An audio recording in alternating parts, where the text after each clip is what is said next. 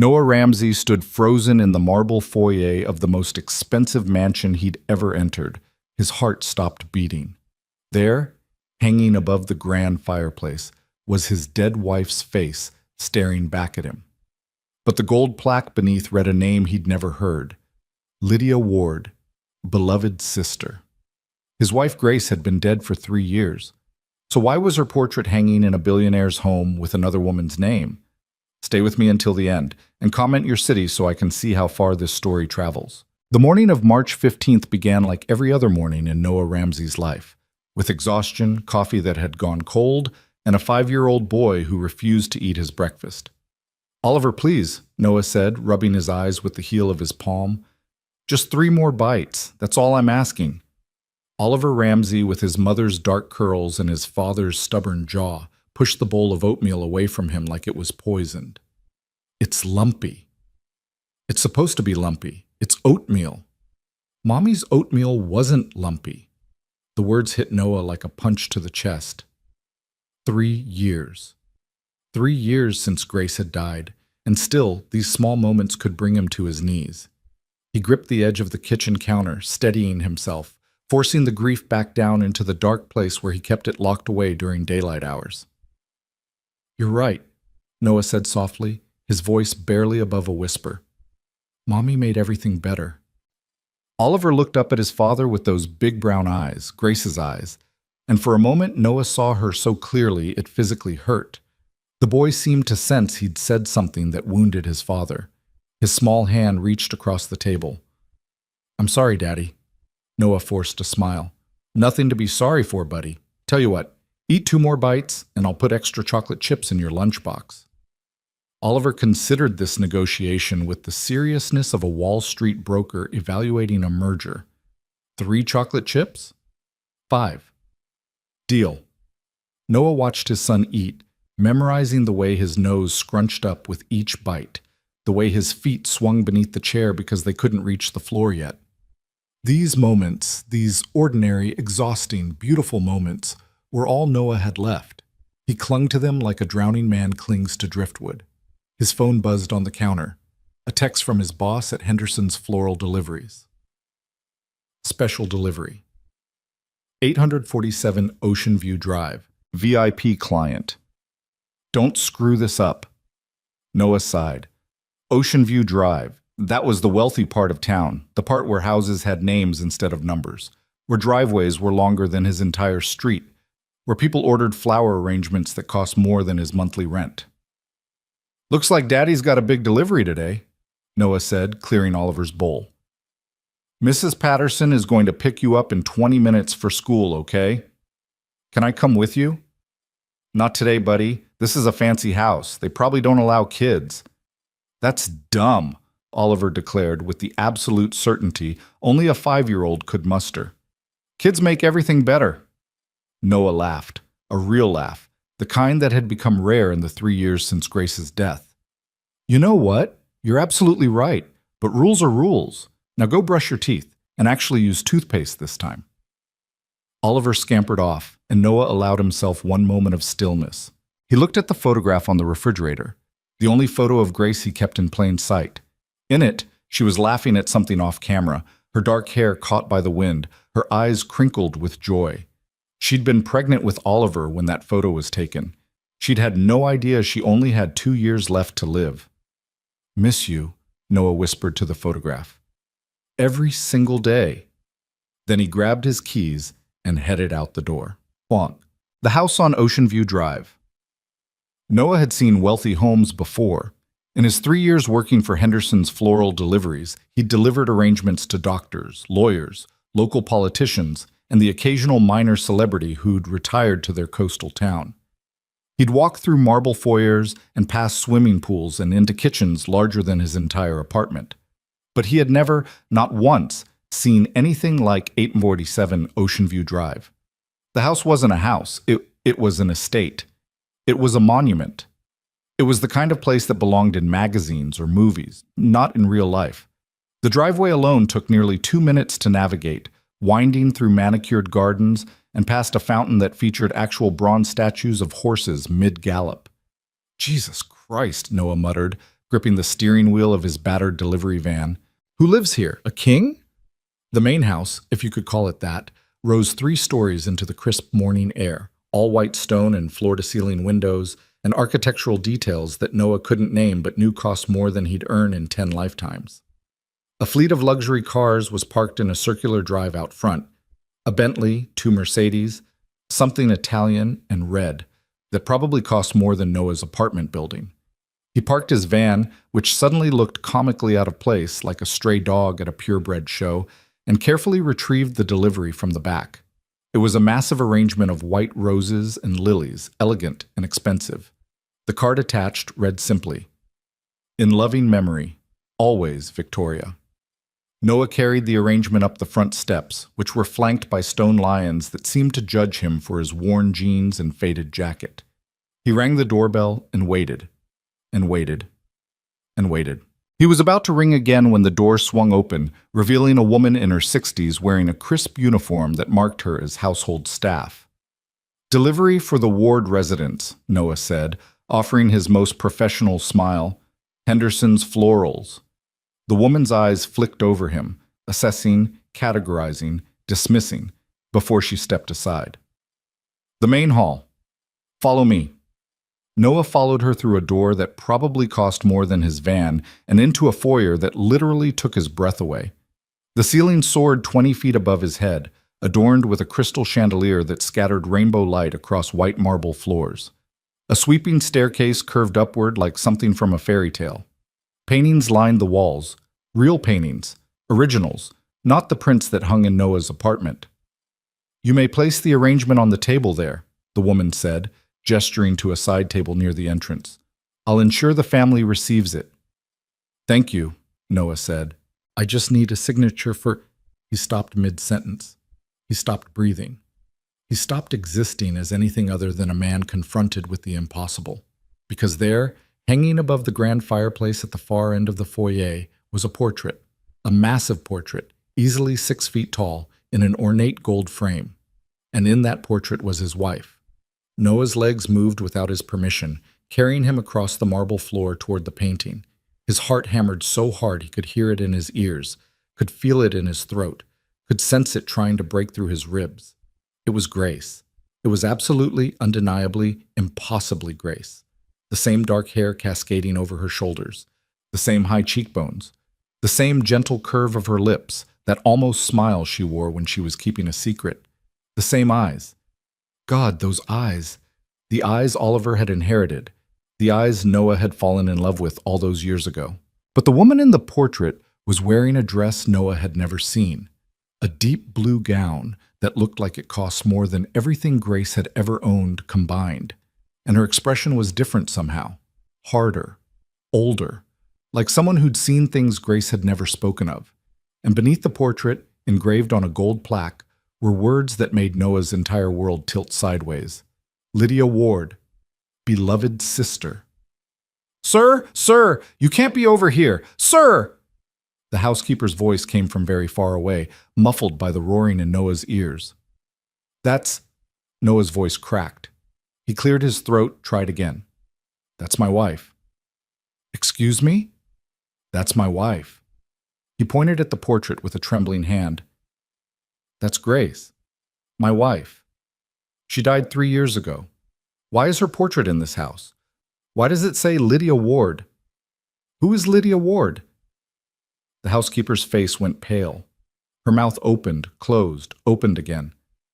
"Sir, I think you need to leave." "I'm not leaving until someone explains to me why my dead wife's picture is hanging in your mansion." Noah didn't realize he was shouting until his own voice echoed back at him from the high ceilings. He didn't realize he'd grabbed the housekeeper's arm until she gasped and tried to pull away.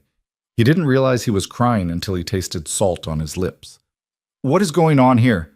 The voice came from the top of the staircase, cold, commanding, the voice of someone who had never been questioned in her life and didn't intend to start now. Noah looked up, and there, descending the curved staircase like a queen approaching her throne, was the most striking woman Noah had ever seen. She was perhaps 40, with silver blonde hair pulled back in an elegant twist. Her face was beautiful in the way that expensive things are beautiful, perfect, polished, untouchable. She wore a simple black dress that probably cost more than Noah's car, and diamonds glittered at her ears and throat. But it was her eyes that caught Noah's attention. Her eyes that made him take an involuntary step backward. Because those eyes were looking at him like he was an insect that had crawled into her home, and she was deciding whether to crush him or simply have him removed. "Mrs. Ward," the housekeeper said, her voice shaking, "this delivery man is causing a disturbance. He's making wild claims about the portrait. I heard." The woman, Mrs. Ward, reached the bottom of the stairs and stopped, her gaze moving from Noah to the portrait and back again. Something flickered in her expression, something that might have been recognition, or fear, or both. "Leave us, Margaret." "But Mrs. Ward—" "Now." The housekeeper practically fled. Celeste Ward walked toward Noah with measured steps, her heels clicking against the marble like a countdown. She stopped 10 feet away, her arms crossed over her chest, her chin lifted high. "You have 30 seconds to explain yourself before I call security." "That portrait," Noah said, his voice steadier now but still rough with emotion. "That woman. Her name isn't Lydia Ward. Her name is Grace. Grace Ramsey. She was my wife, and she's been dead for 3 years." Celeste's expression didn't change, but something in her eyes did. Something cracked behind that perfect facade. "That's impossible." "Look at me. Do I look like I'm lying? Do I look like someone who would walk into a stranger's home and make up a story about his dead wife?" Celeste studied him for a long moment. Her jaw tightened. "That portrait," she said finally, each word carefully controlled, "is of my sister, Lydia Elizabeth Ward. She disappeared 13 years ago. We never found her. We never knew what happened to her. Our mother commissioned that portrait from photographs because she refused to accept that Lydia was gone." A pause. "She passed away 2 years ago, my mother, still waiting for a daughter who never came home." Noah shook his head. "No, that's not possible. I met Grace 8 years ago. We were married for 5 years before she died. She never mentioned a family. She never mentioned being from wealth. She never mentioned the name Lydia or Ward or any of this." "Then one of us is lying." "I'm not lying." "Neither am I." They stared at each other, two strangers whose lives had just collided in a way neither could understand. The portrait of Grace, of Lydia, looked down at them both, her painted eyes keeping secrets even in death. "I have a son," Noah said quietly. "Oliver. He's 5 years old. He has her eyes. He has her smile. He exists. My marriage existed. My wife existed. I don't know who Lydia Ward was, but Grace Ramsey was real." Celeste's composure finally cracked, just a little, just enough to show the human being beneath the ice. "What did she look like?" Celeste's voice was barely above a whisper. "Your wife. Tell me what she looked like. Dark hair, brown eyes, dark brown, almost black. A small scar on her left temple from a childhood accident she never explained. She bit her lip when she was nervous. She laughed at her own jokes before she finished telling them. She sang off key and didn't care who heard her." With each detail, Celeste's face grew paler. Her hands, which had been perfectly still at her sides, began to tremble. "The scar," she said. "The scar on her left temple. She got it when she was 7. We were playing in the garden, and she fell against the stone wall. There was so much blood. I thought she was going to die. She screamed, and I held her hand until the doctors came." Noah felt the ground shift beneath his feet. "That's not possible," he heard himself say. "Grace never mentioned a sister. She never mentioned any family at all. She said she was an orphan. She said she had no one." She lied. The words hung in the air between them, heavy with implications neither was ready to face. "No," Noah said. "Grace wouldn't lie to me. Not about something like that. Not for 8 years."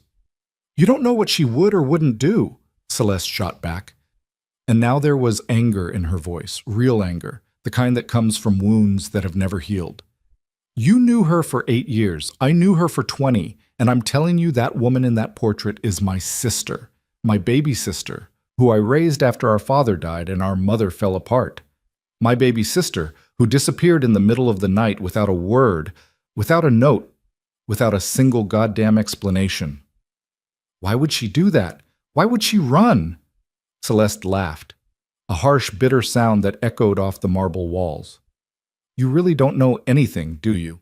You married a woman, had a child with her, and you don't know the first thing about who she really was. Then tell me. Why should I? You're a stranger, a delivery man who walked into my home and started making accusations. I'm the father of your nephew.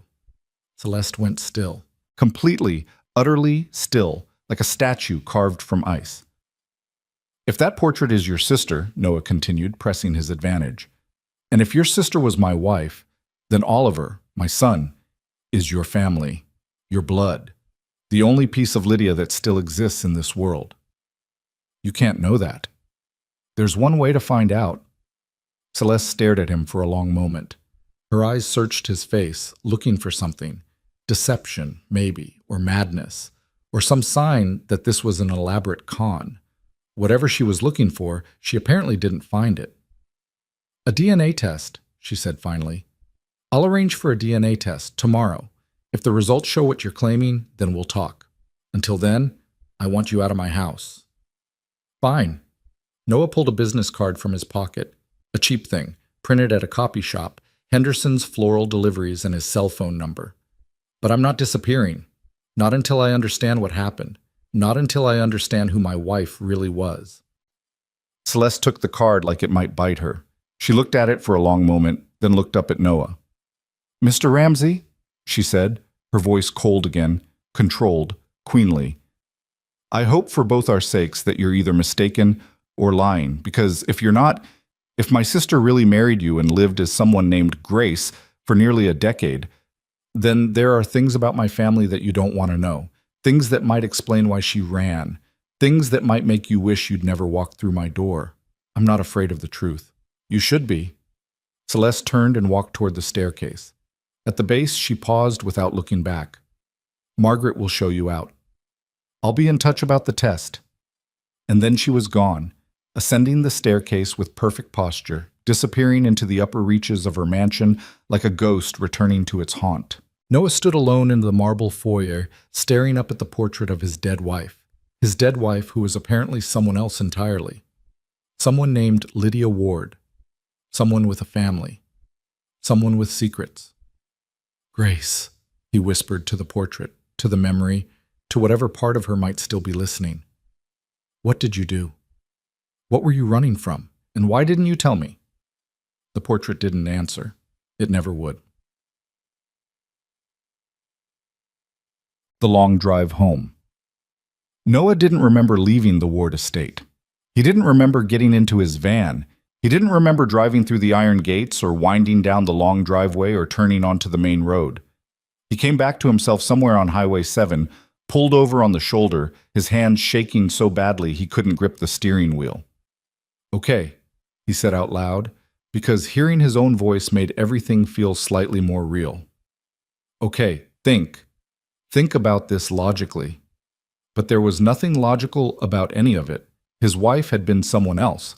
His wife had run away from a billionaire family. His wife had lied to him for 8 years, about her name, about her past, about everything that made her who she was. Except, had she? Noah thought about Grace, really thought about her, the way he hadn't let himself think about her since the funeral, the way she'd smile at him across a room, the way she'd hold Oliver so carefully, like he was made of glass and gold, the way she'd whisper "I love you" every night before they fell asleep, like she was afraid she'd never get another chance to say it. That woman, that love, had been real. He would stake his life on it. But so were the lies. How could both things be true? His phone buzzed. A text from Mrs. Patterson, Oliver's babysitter, and the only person Noah trusted to pick his son up from school. Oliver wants to know if you'll be home for dinner. He says you promised macaroni. Noah stared at the text until his vision blurred. Oliver. His son. His and Grace's son. No. His and Lydia's son. God, how was he supposed to explain any of this? Tell him yes, Noah typed back. Mac and cheese, with extra cheese. And tell him Daddy loves him.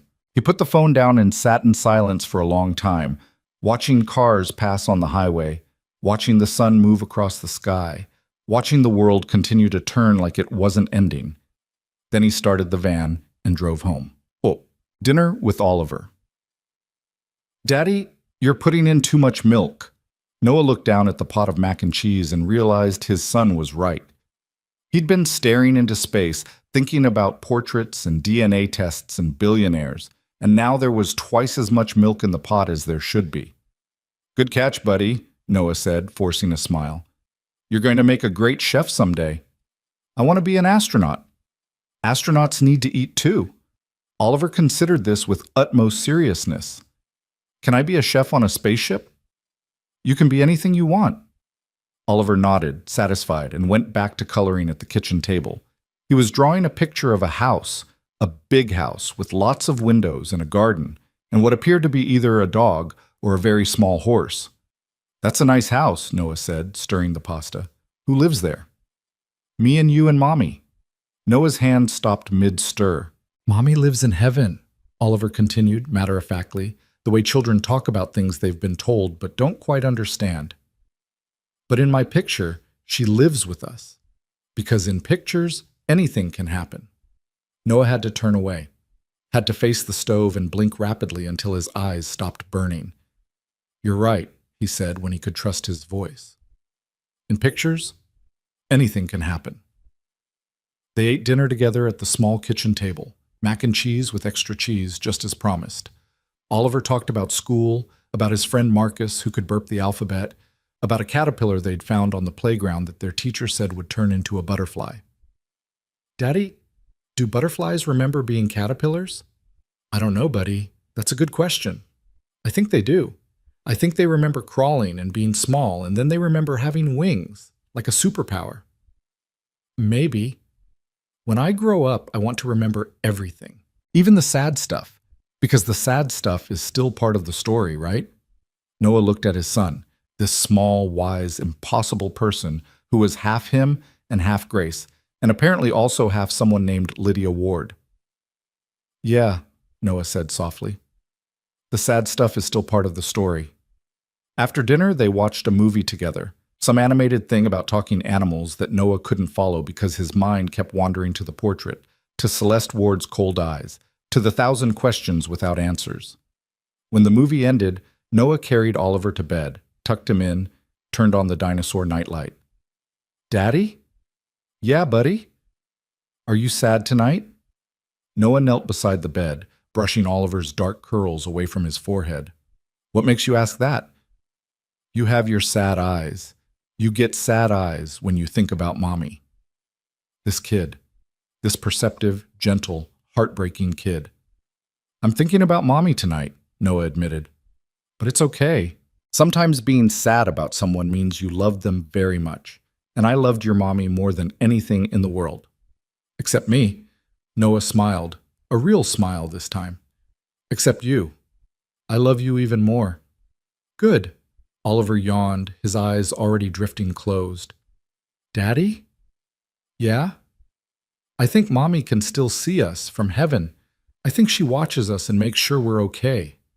Noah's throat tightened. I think so too. Good night, Daddy. Good night, Oliver. He kissed his son's forehead and left the room, pulling the door almost closed behind him. Then he walked to the kitchen, poured himself a glass of whiskey with hands that still shook slightly, and sat down at the table where Grace used to sit.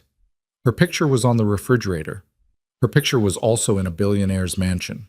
2 lives, 2 names, 2 worlds that had never been meant to collide. Who were you, Grace? Noah whispered to the empty kitchen. Who were you really?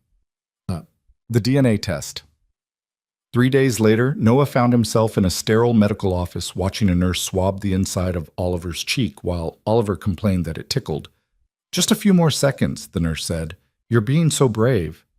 I'm always brave, Oliver declared. I'm the bravest person in my whole class, even braver than Marcus, and Marcus isn't scared of spiders. The nurse smiled, capped the swab, and noted something on her tablet. All done. The results should be ready in about a week. A week. 7 days of waiting, 7 days of not knowing. Celeste Ward had arranged everything with frightening efficiency. A private lab, expedited processing, legal documentation ensuring that the results would be admissible in court if necessary. The woman might be cold, but she was thorough. Noah hadn't seen her since that day at the mansion. She'd communicated through assistants, a phone call here, an email there, all businesslike and impersonal. He didn't know if that was better or worse than facing her again. "Daddy, why did that lady need my spit?" Oliver asked as they walked to the car. "It's not spit exactly. It's DNA. Little tiny pieces inside your body that show who you're related to." "Am I related to you?" "Yes, absolutely." "And Mommy?" Noah opened the car door, helped Oliver into his booster seat. "Yes, and Mommy. Who else?" The question hit Noah like a physical blow. Who else? Such an innocent question, such a devastating answer. "We're going to find out," Noah said. "That's what the test is for." Oliver accepted this with the easy trust of childhood. He started talking about something else, something about school and art projects and a boy named Tyler who ate paste. And Noah drove home in a daze, half listening, half drowning in his own thoughts. The week of waiting. The week passed in slow motion. Noah went to work, made deliveries, smiled at customers, pretended to be normal while his entire life hung in the balance. At night, after Oliver went to bed, Noah would sit at the kitchen table with a box of Grace's things, the only box filled with the few possessions she'd left behind. There wasn't much. Grace had never been one for accumulating things. A few pieces of jewelry, some books, dog-eared and well-loved, a journal with a lock that Noah had never been able to open, a photo album from their wedding, which Noah couldn't bring himself to look at. And at the bottom of the box, buried beneath everything else, a small envelope labeled, "For Noah, after." After. After what? Her death? Had she known she was going to die? Noah had found the envelope when he was packing up their apartment after the funeral, and he'd shoved it in the box without opening it. At the time, he'd told himself he wasn't ready, that he needed more time, that the wound was too fresh. But now, sitting in the dim light of the kitchen, knowing what he knew about portraits and billionaires and sisters who disappeared, he picked up the envelope. His hands trembled. "What secrets did you leave behind, Grace?" he whispered. But he couldn't do it. Couldn't break the seal, couldn't face whatever was inside. Not yet. He put the envelope back in the box, closed the lid, and poured himself another whiskey. The phone call. 7 days after the DNA test, Noah's phone rang at 6:47 in the morning. He was making breakfast for Oliver, scrambled eggs this time, because Noah had finally figured out how to make them without burning them, when the phone buzzed against the counter. Unknown number. He answered anyway. "Mr. Ramsey?" Celeste Ward's voice was crisp, controlled, giving nothing away. "The results are in." Noah turned off the stove, walked into the living room, sat down on the couch because his legs suddenly couldn't support him. "And?" A pause. A long, terrible pause. 99.9% match, Celeste said. "Your son Oliver is my biological nephew, which means your wife Grace was my sister Lydia." The world tilted, steadied, tilted again. "Mr. Ramsey, are you there?" "I'm here." His voice sounded strange to his own ears, hollow, distant. "What happens now?" "Now we talk. Face to face. Without lawyers or tests or strangers listening. Just you and me." "When?" "Tonight, 8 o'clock. There's a restaurant called Marchetti's downtown, neutral ground, private booths in the back. I'll make a reservation. I have to find a babysitter. I'll wait." Noah laughed, a sharp, incredulous sound. "You'll wait? You've been waiting 13 years for your sister to come home, and now you'll wait a few extra hours for a babysitter? Don't," Celeste said, and for the first time her voice cracked, just slightly, just enough to reveal the wound beneath the ice. "Don't make this harder than it already is." "I'm sorry." And surprisingly, Noah meant it. "I'll be there. 8 o'clock. 8 o'clock. The line went dead. Noah sat on the couch for a long time, staring at his phone, trying to process what he'd just learned. It was real. It was all real. Grace was Lydia. Oliver was a ward, and somewhere in the past 13 years, a woman had run away from everything she knew, built a new life, fallen in love, had a child, and died without ever telling anyone the truth. "Daddy?" Oliver appeared in the doorway, still in his pajamas, his hair sticking up in 17 different directions. "Is the eggs ready?" Noah looked at his son, at Lydia's son, and felt something shift in his chest. Not the grief he'd carried for 3 years, something new, something complicated, something that felt almost like hope. "The eggs are ready," Noah said, standing up and forcing a smile. "Come on, let's eat." Marchetti's, the restaurant was old-school Italian. Red checkered tablecloths, candles in wine bottles, photos of Sicily on the walls. It smelled like garlic and fresh bread and something sweet baking in the back. Celeste was already there when Noah arrived, seated in a corner booth with her back to the wall. She'd traded her designer dress for something simpler, still expensive, still elegant, but somehow more human.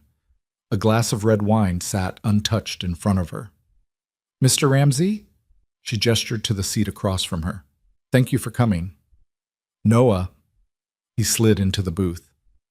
"If we're going to talk about my dead wife and your missing sister, I think we're past Mr. Ramsey." The corner of her mouth twitched, almost a smile. "Fair enough. Noah." "Celeste." They looked at each other across the table.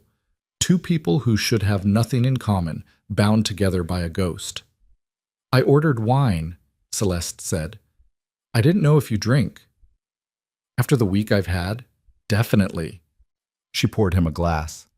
They both drank. The silence stretched. "I don't know where to start," Celeste finally admitted.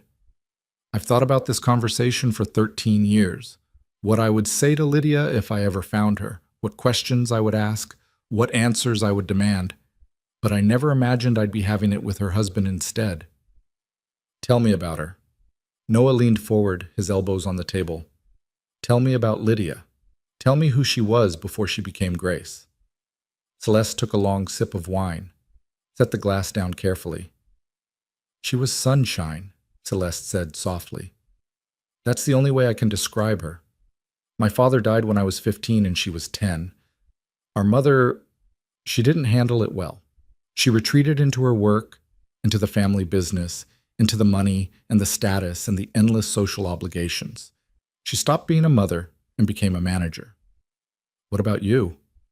"I became a mother instead. I raised Lydia, helped her with homework, taught her to drive, listened to her talk about boys and dreams and all the things she wanted to do with her life." Celeste's voice caught. "I loved her more than I've ever loved anyone. And one night, when she was 22 years old, she disappeared without a trace." "What happened?" Celeste hesitated, her fingers tightened around the wine glass. "Our mother," she said finally. "Our mother happened.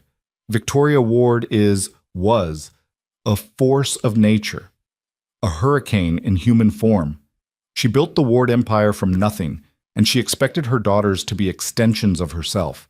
She had plans for us, plans for our careers, our marriages, our entire lives. Every choice was made for us, every decision controlled. And Lydia didn't want to be controlled. Lydia wanted to be free. She wanted to travel, to paint, to fall in love with someone she chose, not someone our mother selected from a list of approved suitors. She wanted to be a person, not a possession." Celeste's voice hardened. "But our mother wouldn't allow it. There were arguments, threats, ultimatums, and then one night, Lydia was just gone. No note? No goodbye? Nothing. I woke up and her room was empty, her clothes were gone, her money was gone, her phone was left behind. The police investigated, but there was no sign of foul play. She'd left voluntarily. She'd chosen to disappear." Noah thought about Grace, about her complete lack of history, her reluctance to talk about her past, the way she'd flinch whenever someone asked about her family. "She was hiding from you. She was hiding from our mother." Celeste's jaw tightened. "Our mother hired private investigators. For years, spent millions trying to find her. But Lydia had done something smart. She'd taken a small amount of cash, nothing that would trigger alerts, and she'd completely reinvented herself. New name, new history, new life. She was a ghost. Until she became Grace Ramsey. Until she met you." Celeste looked at him with something like curiosity. How did you meet her? Lydia? Grace? Noah smiled despite himself. The memory was a good one, untainted by the revelations of the past week. A coffee shop, he said. Downtown. I was trying to write. I had these stupid dreams of being a novelist back then, and she was sitting at the next table, reading a book. She laughed at something she read, and I looked up and she caught me staring. He shook his head. I should have been embarrassed, but I wasn't. I just walked over and asked what was so funny. What did she say? She said, life. Life is funny, don't you think? And then she smiled at me, and I was completely gone. I knew in that moment that I was going to marry her. Celeste's eyes glistened. That sounds like her. Like the Lydia I remember. She told me she was an orphan, that she'd grown up in foster care, bounced around between homes, never belonged anywhere. She said that's why she didn't talk about her past, because there was nothing worth talking about. And you believed her. I loved her. Noah's voice was raw. I would have believed anything she told me. That's what love does. They sat in silence for a moment, two people grieving the same person, trying to bridge the gap between the Lydia who ran away and the Grace who died. I found something, Noah said finally, after she died. An envelope, addressed to me. I never opened it. Celeste's head snapped up. You have a letter from her? Maybe. I don't know what it is. I wasn't ready to look. He pulled the envelope from his jacket pocket. He'd been carrying it for days, unable to leave it behind. I thought maybe we should open it together. Celeste stared at the envelope like it might explode. Her hands trembled as she reached for it. Are you sure? No? Noah handed it to her. But I think it's time. Celeste turned the envelope over in her hands, studying Grace's handwriting, her sister's handwriting, a name she hadn't seen in 13 years. Together? She asked. Together. Celeste broke the seal. Inside was a single sheet of paper, covered in Grace's flowing script. Celeste unfolded it carefully, holding it so they could both read. My darling Noah, if you're reading this, then I'm gone, and I'm sorry. I'm sorry for leaving you. I'm sorry for the lies, and I'm sorry for the truth I could never tell you while I was alive. My name wasn't Grace. It was Lydia Ward. I came from a world of wealth and privilege, but it was a cage made of gold, and I was dying inside it. So I ran. And I never looked back, and I became someone new, someone who could choose her own life, her own love, her own happiness. I chose you, Noah. I chose you every single day for 8 years, and I have never regretted it for a moment. You gave me the life I always dreamed of. You gave me Oliver. You gave me a reason to believe that good things could happen to broken people. But I was never honest with you, and that is my greatest shame. I was afraid that if you knew the truth, if you knew who I was, who my family was, you would look at me differently. Or worse, they would find me. They would find us. And I couldn't let that happen. My mother is a dangerous woman, Noah. She doesn't love. She possesses. She doesn't forgive. She destroys. I ran to protect myself, but I stayed hidden to protect you and Oliver. Some secrets are better left buried. If you're reading this, it means I never got the chance to tell you myself. I always planned to, someday. When Oliver was older, when it felt safer, when I found the courage. But someday never came, and now it's too late. Please don't hate me for lying, hate me for dying, hate me for leaving you alone with a 5-year-old who needs his mother, hate me for being too sick, too weak, too mortal. But don't hate me for protecting the only people I ever loved. And if you ever find my sister Celeste, please tell her I'm sorry. Tell her I never stopped loving her. Tell her I ran because I had to, not because I wanted to. She was more of a mother to me than our real mother ever was, and losing her was the hardest part of disappearing. I love you, Noah. I love Oliver. I love the life we built together. I love you. I love you. I love you. Always, Grace. Lydia. When Noah finished reading, his face was wet with tears. When he looked up, he saw that Celeste was crying too, silently, her shoulders shaking, her perfect composure finally shattered. She never stopped loving you, Noah said, his voice barely above a whisper. She never stopped loving you either, Celeste replied. And there, in a corner booth at Marchetti's, surrounded by the smell of garlic and the sound of distant Italian music, two strangers became something more. Not friends. Not yet. But not strangers anymore either. On the beginning of understanding. They talked for hours that night. Through dinner they didn't taste, through dessert they didn't eat. Through bottle after bottle of wine that neither of them should have drunk.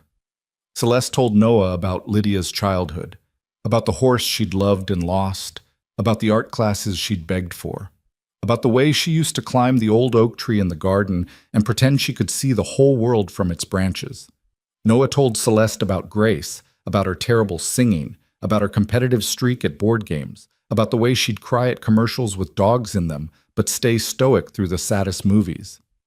They laughed. They cried. They filled in the gaps of a woman's life, building a complete picture from their broken pieces. "What happens now?" Noah asked as the restaurant began to close around them. Celeste considered the question. Her face was softer now. The ice melted. The walls lowered. "I don't know," she admitted. "I've spent 13 years hating my sister for leaving, and now I find out she didn't leave because she didn't love me. She left because she loved me too much to drag me into her escape. She was protecting you. She was protecting everyone except herself." Celeste's voice cracked. She was always like that, putting everyone else first, carrying burdens that weren't hers to carry. "That's the Grace I knew," Noah said. "She would give you the shirt off her back and apologize that it wasn't warmer." Celeste laughed, a real laugh, full and genuine. "That's Lydia. God, that's exactly Lydia." She reached across the table and took Noah's hand. It was an impulsive gesture, surprising them both. "I want to know Oliver," she said. "I want to be part of his life. Part of your life, if you'll allow it. Not because of money or obligation or family duty, because he's all I have left of her. Because you're all I have left of her." Noah looked at their joined hands. Her fingers were cold and delicate against his calloused palm. "Oliver needs family," he said slowly. "Real family, not just me. And I think Grace would have wanted this. I think that's why she wrote the letter." "You think she planned for us to meet?" "I think she hoped we would. Someday. When it was safe." Celeste's grip tightened on his hand. "Then let's honor that hope," she said. "Let's build something. For Oliver, for Grace, for Lydia. For whoever she was and whoever she wanted to be." Noah nodded. And in that moment, sitting in a closing restaurant with a woman who had been a stranger just days ago, he felt something he hadn't felt in 3 years. Not happiness. Not yet. But the possibility of it. The first tentative spark of something new. The days that followed that night at Marchetti's felt different somehow, as though the world had shifted on its axis and Noah was still trying to find his footing on new ground. He woke each morning with Grace's letter on his nightstand, her words echoing in his mind like a song he couldn't stop humming. She had loved him. She had lied to him. Both things were true, and Noah was slowly learning to hold them together without breaking apart. Celeste called 3 days after their dinner, her voice slightly less guarded than it had been before. "I was thinking," she said without preamble, "that perhaps I could meet Oliver. Properly, I mean. Not in a medical office with nurses and DNA swabs." Noah had been expecting this call, dreading it, and hoping for it in equal measure. "He doesn't know anything yet," he said carefully. "About Grace, about Lydia, about any of it. He's 5 years old. I don't know how to explain that his mother was someone else entirely." "You don't have to explain everything at once." Celeste's tone softened, losing some of its businesslike edge. "Children are more resilient than we give them credit for, and more perceptive. He'll sense if you're keeping secrets." "He already does," Noah sighed, running a hand through his hair. "He asked me last night why I keep looking at Mommy's picture differently. I didn't even realize I was doing it." "What did you tell him?"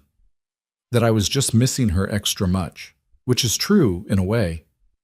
There was a pause on the line, and Noah could almost hear Celeste choosing her next words with care. "I'm not suggesting we overwhelm him with information, but perhaps we could start small. I could be, a friend. Someone who knew his mother a long time ago. We could build from there." Noah thought about Oliver, about his dark curls and his mother's eyes and the way he talked to Grace's photograph when he thought no one was listening. The boy deserved to know where he came from. He deserved family beyond just his father and a fading memory. "Saturday," Noah said finally. "There's a park near our apartment. Oliver loves the swings. Meet us there at 2 o'clock and we'll see how it goes." "Saturday at 2, Celeste repeated. "I'll be there." She hung up before Noah could say anything else, and he stood in his kitchen holding the phone, wondering if he was making the right choice or walking them all into disaster. The next few days passed in a blur of work and worry. Noah delivered flowers to weddings and funerals and hospital rooms, smiling at strangers while his mind churned with questions he couldn't answer. At night he would sit with Grace's journal, the one with the lock he'd never been able to open, turning it over in his hands like a puzzle box, wondering what secrets were hidden inside. He'd tried to open it once, years ago, in the dark days after Grace's funeral. He'd looked for keys, tried bobby pins, even considered breaking the lock entirely. But something had stopped him. Grace had wanted those words private. She'd chosen to lock them away. Who was he to violate that choice, even in death? But now everything was different. Now he knew that the woman he'd married had been living a double life, carrying burdens he'd never suspected. Now he needed to understand. On Friday night, after Oliver was asleep, Noah sat at the kitchen table with the journal in front of him and a small hammer in his hand. His heart pounded as he stared at the delicate brass lock, such a fragile thing standing between him and the truth. "Forgive me," he whispered to the empty room, to Grace, to whoever might be listening. Then he brought the hammer down. The lock shattered with a sound that seemed far too loud in the quiet apartment. Noah froze, listening for any sign that Oliver had woken, but the only sound was his own ragged breathing. He opened the journal with trembling hands. The first entry was dated 7 years before Grace's death, written in her familiar flowing script. Noah recognized the date immediately. It was 3 weeks after they'd met at the coffee shop, 2 weeks after their first real date, 1 week after he'd told her he thought he might be falling in love with her. "I've done something terrible," the entry began. "I've fallen in love with a man who doesn't know my name, my real name. He calls me Grace, and every time I hear it, I feel like I'm being reborn. Like the person I was before, Lydia Ward, daughter of Victoria, prisoner of expectation, is finally truly dead. Is it wrong to be grateful for that? Is it wrong to mourn and celebrate at the same time? Noah looks at me like I'm something precious, something worth protecting. No one has ever looked at me that way before. My mother looked at me like an investment. The men she chose for me looked at me like a prize. But Noah looks at me like I'm a person, just a person, flawed and broken and worthy of love anyway. I should tell him the truth. I know I should, but the truth is a door that only opens one way. Once I walk through it, I can never go back. And I'm not ready to lose this. Not yet. Maybe not ever." Noah turned the page, his eyes blurring with tears. "Mother's investigators came close today. I saw one of them in the grocery store. A man I recognized from the security team at the estate. He didn't see me. I'd cut my hair, changed the color, lost weight from months of barely eating. I slipped out the back entrance and didn't stop running until I reached Noah's apartment. He found me on his doorstep, shaking and crying, and he didn't ask questions. He just held me. He made me tea and wrapped me in a blanket and told me that whatever was wrong, we would face it together. He doesn't know what together would mean. He doesn't know that being with me puts him in danger. My mother is not a woman who loses gracefully. She doesn't forgive. She doesn't forget. And she absolutely does not let go of what she considers hers. I should leave. I should disappear again, find a new city, a new name, a new life. It's the only way to keep him safe. But I can't. God help me. I can't. I love him too much to walk away." The entries continued, spanning years. Noah read about Grace's constant fear of discovery, her elaborate precautions, her sleepless nights spent watching the door for threats that never came. He read about their wedding day and how she'd cried not from happiness but from guilt, knowing she was binding him to a lie. He read about the day she found out she was pregnant and how she'd spent hours staring at the pregnancy test, terrified that bringing a child into her web of deception was the cruelest thing she'd ever done. "Oliver moved today," one entry read. I was lying on the couch, feeling him kick and flutter inside me, and I started crying. Not sad tears, hopeful ones. This baby is a miracle. This baby is proof that good things can grow even in the darkest soil. This baby is half me and half Noah, and that means he's half Ward and half Ramsey, half lie and half truth. I'm going to be a better mother than Victoria ever was. I'm going to love this child for who he is, not who I want him to be. I'm going to give him choices and freedom and the space to make mistakes. I'm going to break the cycle, even if it breaks me. But I'm also going to protect him from my mother, from my past, from the name Ward and everything it represents. My son will never know the weight of that legacy. He'll grow up believing he comes from nothing and that nothing will set him free. Noah closed the journal. He couldn't read anymore. Not tonight. His head was pounding, his heart was aching, and the woman he thought he'd known had become a stranger all over again. But a familiar stranger. A stranger who loved him. A stranger who had sacrificed everything to build a life with him, knowing all the while that it might crumble to dust. "Oh, Grace," he whispered into the darkness. "What did they do to you? What made you so afraid?" The journal couldn't answer, but maybe Celeste could. Saturday arrived wrapped in spring sunshine and the nervous energy of new beginnings. Noah dressed Oliver in his favorite dinosaur shirt and tried to explain as simply as possible that they were meeting a friend at the park. "What kind of friend?" Oliver asked, suspicious in the way only children can be. "A new friend. Someone who knew Mommy a long time ago." Oliver's eyes went wide. "Mommy had friends?" The question broke Noah's heart a little. Of course, Grace had friends.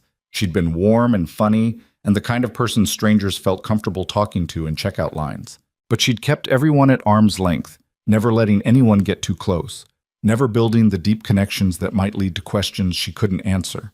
By the time she died, there had been no one at the funeral except Noah, Oliver, and a handful of acquaintances who barely knew her name. "Mommy had lots of friends," Noah said, forcing brightness into his voice. "She just didn't see them very often. This friend is very special. She traveled a long way to meet you." "Does she have candy?" Noah laughed despite himself. "I don't know, maybe. You'll have to ask her." The park was busy when they arrived, filled with families enjoying the warm weather. Children shrieked on the playground equipment while parents watched from benches, coffee cups in hand, phones at the ready. It was so normal, so beautifully ordinary, that Noah felt a pang of something like grief for all the Saturdays Grace had missed. He spotted Celeste immediately. She was standing near the entrance, wearing jeans and a simple blouse instead of her usual designer elegance. Her hair was down, softening the sharp angles of her face. She looked younger somehow, more vulnerable, like a woman trying very hard not to appear intimidating. "Is that her?" Oliver asked, tugging at Noah's hand. "That's her." "She looks nervous." "She is nervous. Meeting new people can be scary, even for grown-ups." Oliver considered this with his usual gravity. "I'll be extra nice to her." "That's my boy." They walked toward Celeste, and Noah watched her face transform as she caught sight of Oliver. Her breath caught visibly, her eyes filled with tears. Her hand came up to cover her mouth, as if she could physically hold back the emotion threatening to overwhelm her. "Oh my God," she whispered as they approached. "He looks just like her." Noah felt Oliver's grip tighten on his hand, the boy sensing the intensity of the moment, even if he didn't understand it. "Oliver," Noah said gently, "this is Celeste. She's your aunt." The word had slipped out before Noah could stop it. He'd planned to wait, to ease into the truth gradually, but seeing Celeste's face, seeing the recognition and the love and the desperate hope written there, he couldn't lie. Not about this. Oliver looked up at Noah with confusion. "What's an aunt?" "An aunt is your mommy's sister. Like if you had a sister, you would be Oliver's uncle." "Mommy had a sister?" Oliver's voice was filled with wonder. "How come I never met her?" Celeste knelt down so she was eye level with the boy, and Noah saw her struggle to compose herself. When she spoke, her voice was steady, but only just. "Your mommy and I got separated a long time ago," she said carefully. "Before you were born. I didn't know where she was, and she didn't know how to find me. But I always loved her, and I've always wanted to meet you." Oliver studied her face with the frank curiosity of childhood, looking for something he could trust. Whatever he found must have satisfied him because, after a long moment, he nodded seriously. "Do you have candy?" he asked. Celeste laughed, a surprised, genuine sound that seemed to startle even her. "As a matter of fact, I do." She reached into her purse and produced a small bag of gummy bears. "Your daddy said you liked these." "Daddy!" Oliver turned to Noah with an expression of delighted betrayal.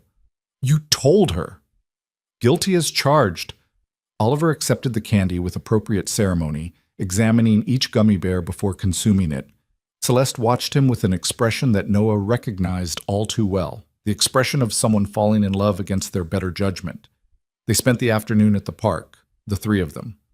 Oliver dragged Celeste to the swings and demanded that she push him higher, higher, as high as the sky. He showed her his trick of hanging upside down on the monkey bars, which terrified Celeste so thoroughly that Noah had to reassure her 3 times that the boy did this every week without incident. He made her examine a caterpillar he found on a leaf, explaining with great authority that it would become a butterfly someday, and that butterflies remembered being caterpillars. "Who told you that?" Celeste asked, charmed despite herself. "I told myself," Oliver said proudly. "I think about things." "He's a philosopher," Noah said, smiling. "Gets it from his mother." Celeste's expression flickered at that, a shadow passing over her face. Lydia was always like that, always thinking, always questioning. She used to drive our mother crazy with her "but why" questions. Grace did the same thing to me. I'd say something completely reasonable like, "Let's have pizza for dinner," and she'd want to know why pizza, why not Thai food, why do we always default to the familiar when there's a whole world of cuisines we haven't explored? "That sounds like her." Celeste's voice was soft with memory. "God, that sounds exactly like her." They sat on a bench while Oliver played in the sandbox nearby, building something that he claimed was a castle but looked more like a lumpy hill. The afternoon sun was warm on their faces, and for a moment everything felt almost peaceful. "I read her journal," Noah said quietly. "Last night. I broke the lock." Celeste turned to look at him, her expression unreadable. "And?" "And she was terrified. Every day she was terrified that your mother would find her, find us. She wrote about surveillance teams and private investigators and watching every stranger on the street like they might be a threat. My mother spent millions looking for her." Celeste's voice was flat, emotionless. "She hired the best investigators money could buy. She called in favors from politicians and law enforcement. She even hired a psychic once, though I suspect that was more desperation than genuine belief. But she never found her. Lydia was smart. She knew how my mother operated, knew the resources she had access to. She stayed off the grid, paid for everything in cash, never kept the same address for more than a few months until—" Celeste paused, looking at Noah with something like wonder. "Until she met you." "She stopped running when she met me?" "She stopped running when she had something worth staying for." The words hung in the air between them, heavy with implication. Noah thought about all the times Grace had seemed jumpy or paranoid, all the times she'd changed the subject when he asked about her past, all the times she'd held him a little too tightly, like she was afraid he might disappear. "Your mother," Noah said slowly. "Tell me about her. Tell me what Grace was so afraid of." Celeste was quiet for a long moment, watching Oliver pat sand into shape with his small hands. When she finally spoke, her voice was distant, as if she was reciting a story she'd told herself many times. Victoria Ward was born with nothing. Her family was poor, not struggling poor, but genuinely impoverished. She grew up hungry, wearing clothes that didn't fit, watching other children have things she could only dream of. That kind of childhood leaves marks that never fade. She built the Ward empire herself? From scratch. She married my father for his connections, not his money. He was a middle-class accountant from a respectable family, nothing more. But he had access to people, to opportunities, and Victoria used every single one. She started with a small investment firm, turned it into a real estate company, expanded into technology and manufacturing and media. By the time I was born, we were millionaires. By the time Lydia was born, we were billionaires. Sounds like a success story. It was. On paper. Celeste's jaw tightened. But success made her paranoid. She saw threats everywhere, competitors trying to undermine her, employees trying to steal from her, family members trying to exploit her. She controlled everything with an iron fist. Nothing happened in that house without her approval. Nothing. And when Lydia wanted to be free, freedom wasn't an option, not in Victoria's world. We were extensions of her, tools to be used for the greater glory of the Ward name. I accepted it because I didn't know any different. But Lydia was always a fighter. She pushed back, she questioned, she refused to be molded. What happened? What made her finally run? Celeste closed her eyes, and Noah saw a muscle twitch in her cheek. There was a man, Harrison Cole, heir to the Cole shipping fortune. My mother had arranged for them to marry, a business merger disguised as a romance. Lydia would have been miserable. Harrison was cold and controlling, a younger version of everything my mother represented. But the marriage would have consolidated two empires, created something untouchable. And Lydia refused. She tried. She told my mother she wouldn't do it, that she'd rather die than marry a man she didn't love. My mother's response was, Celeste hesitated as if the words were physically painful to speak. She had Lydia committed. Noah felt his blood turn to ice. What? Psychiatric hold, 72 hours for evaluation. My mother knew people at every hospital in the city, and she convinced them that Lydia was a danger to herself, that her refusal to marry was evidence of mental instability. Celeste's voice cracked. I found out too late. By the time I got to the hospital, they'd already sedated her. She was lying there, so small and pale, and they were talking about long-term treatment plans and medication regimens, and I knew if I didn't do something, my mother would keep her locked away forever. So you helped her escape. Celeste opened her eyes, and they were bright with unshed tears. I bribed an orderly, got her clothes, got her cash, got her out a service entrance at 3 a.m. I told her to run and never look back. I told her that whatever she did, wherever she went, she should never contact me because my mother would be watching. Her voice broke completely. The last thing I said to my baby sister was goodbye. Noah didn't know what to say. He sat in silence, processing the horror of what he'd just heard, trying to reconcile the Grace he'd known, gentle, loving, full of laughter, with the woman who'd survived something so traumatic. She never told me, he finally managed. Not any of it. She was protecting you. She knew that if you knew the truth, you'd want to fight. You'd want to confront my mother, demand justice, expose the whole rotten system, and that would have gotten you killed. Killed? Surely you're exaggerating. I'm not. Celeste's voice was flat and certain. 3 years after Lydia disappeared, there was an investigative journalist who started looking into my mother's business practices. Corruption, bribery, manipulation of regulatory bodies. He died in a car accident before he could publish anything. Single vehicle collision on a clear night on a straight road. You think your mother. I don't think. I know. Celeste turned to face Noah directly, her eyes burning with an intensity that made him want to look away. My mother is not a person who accepts failure. She's not a person who allows threats to exist. If she had found Lydia, she would have brought her back, by force if necessary. And anyone who stood in her way would have been removed. Noah thought about Grace's constant vigilance, her refusal to be photographed, her insistence that they never travel anywhere her face might be captured by security cameras. He thought she was eccentric, maybe a little paranoid. Now he understood she'd been fighting for her life. But your mother died, Noah said. 2 years ago. Grace, Lydia, she was still alive then. She could have come home. She could have contacted you. The words landed like a physical blow. He saw Celeste flinch, saw the pain flash across her face before she could hide it. I've asked myself that question every day since I found out, Celeste said quietly. Why didn't she come back? Why didn't she reach out? Our mother was dead, the threat was gone, and she just stayed hidden. Maybe she didn't know your mother had died. It was in every newspaper, every news broadcast. Victoria Ward dead at 73, leaving behind a business empire and 2 daughters. Celeste laughed bitterly. 2 daughters. Even in death, she couldn't tell the truth. Couldn't admit that one of us had escaped. Then maybe... Noah paused, a terrible thought forming in his mind. Maybe she was already sick by then.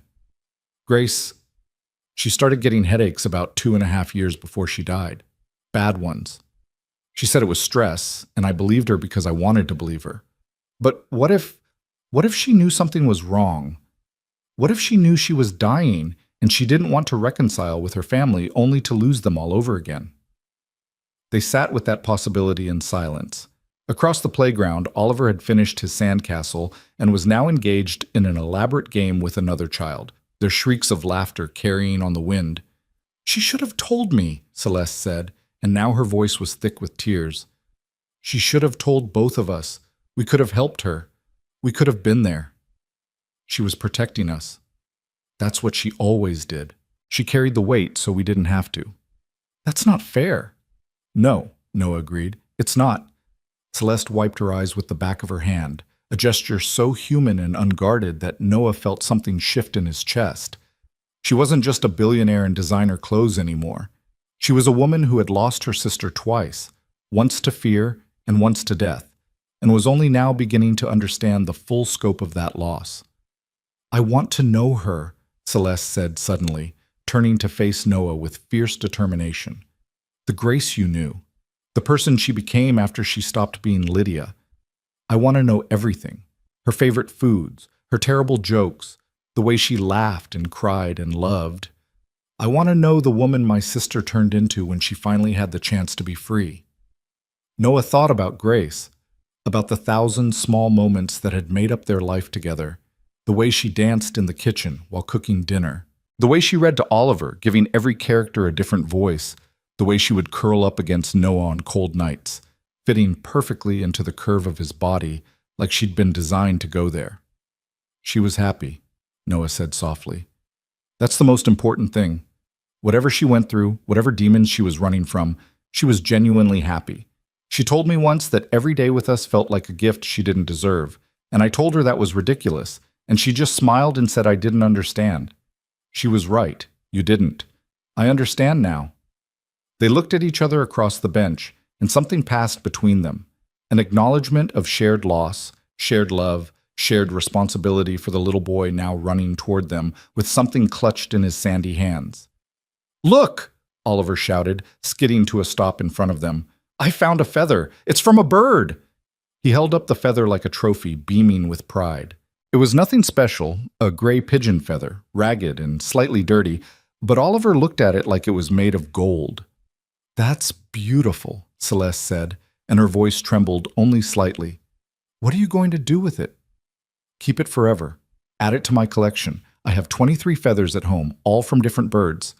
Daddy says when I get 100, we can make something with them." "What would you make?" Oliver considered this with utmost seriousness. "Wings. Big wings for flying, so I can go up to heaven and visit Mommy." The words hit Noah like a punch to the chest.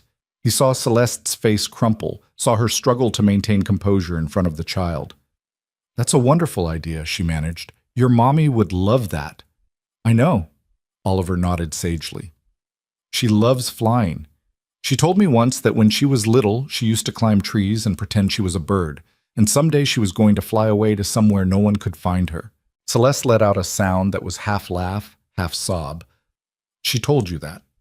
"Yep. And she said that birds are the luckiest animals because they can go anywhere they want and nobody can stop them." Oliver looked at his feather with new appreciation. "That's why I collect them, because someday I'm going to be free like a bird too."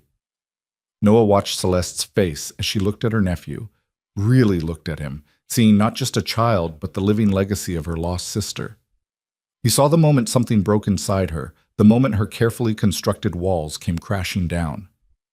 "You are free," she whispered. "You're the freest person I've ever met." Oliver beamed at the compliment, entirely unaware of its weight. "Can we get ice cream now? There's a truck over there and it's playing music, and that means they have the good kind." "Ice cream sounds perfect," Noah said, standing and extending a hand to help Celeste up. "What do you say, Aunt Celeste?" The word hung in the air, aunt, with all its implications of family and belonging and permanence. Celeste took his hand, her fingers cold despite the warm afternoon. "I say yes," she said. "I say yes to everything." They walked to the ice cream truck together, Oliver between them, holding one of each of their hands. To anyone watching, they would have looked like a family, father, mother, child enjoying a weekend outing. But they were something stranger than that, something more complicated. They were three people bound together by a ghost, trying to figure out what came next. Oliver got chocolate with rainbow sprinkles. Noah got plain vanilla because he was boring, according to his son. Celeste got strawberry, which had been Lydia's favorite flavor when they were children. She used to make me trade, Celeste said, watching the pink ice cream melt slowly in the spring warmth. I'd order chocolate, and she'd order strawberry, and then she'd give me these big sad eyes until I agreed to switch. Every single time. Grace did the same thing. Noah laughed at the memory. She'd order something healthy, salad, grilled chicken, whatever, and then she'd spend the whole meal stealing food off my plate. I started ordering double portions just to account for the theft. That's Lydia. She never wanted what she had, always wanted what someone else had. Until she had us. Noah looked at Oliver, who was completely absorbed in his ice cream, chocolate smeared across his chin. Then she wanted exactly what she had. She told me once that if she could freeze any moment in time and live in it forever, she'd choose a random Tuesday when nothing special happened, just the three of us eating breakfast together. Celeste was quiet for a long moment. When she spoke, her voice was careful, controlled. I've been thinking about what comes next, for all of us. So have I. Oliver deserves to know his family, his heritage, the good parts of it anyway. I agree. And you... Celeste hesitated, her eyes searching his face. You deserve to understand who you married. All of it, not just what she chose to tell you. What are you suggesting? Come to the estate. Tomorrow. Bring Oliver. I'll show you where Lydia grew up, where she became the person who eventually became Grace. There are photographs, home videos, things she left behind when she ran. I think... She paused, steadying herself. I think it might help. Both of us. Noah thought about the mansion on Ocean View Drive with its marble floors and its portrait of his dead wife and its echoes of a life Grace had fled. The idea of walking through those halls, seeing the cage she'd escaped from, made something in his stomach clench with apprehension. But Celeste was right. He needed to understand, and Oliver deserved to know where he came from. Okay, Noah said. Tomorrow. Celeste nodded, and something in her expression relaxed. Relief, maybe, or gratitude, or simply the satisfaction of a plan coming together. There's something else. Her voice dropped, becoming almost conspiratorial. Something I haven't told you yet. What is it? When my mother died, she left everything to me. The company, the properties, the investments, all of it. Billions of dollars, Noah. More money than anyone could spend in 100 lifetimes. And legally, Lydia was entitled to half of it. My mother disinherited her when she disappeared, but there were provisions. If Lydia ever returned, if she ever came back to the family, she would have been restored to her rightful share. Celeste met his eyes directly. Lydia is dead, but her son isn't. Noah felt the ground shift beneath his feet. What are you saying?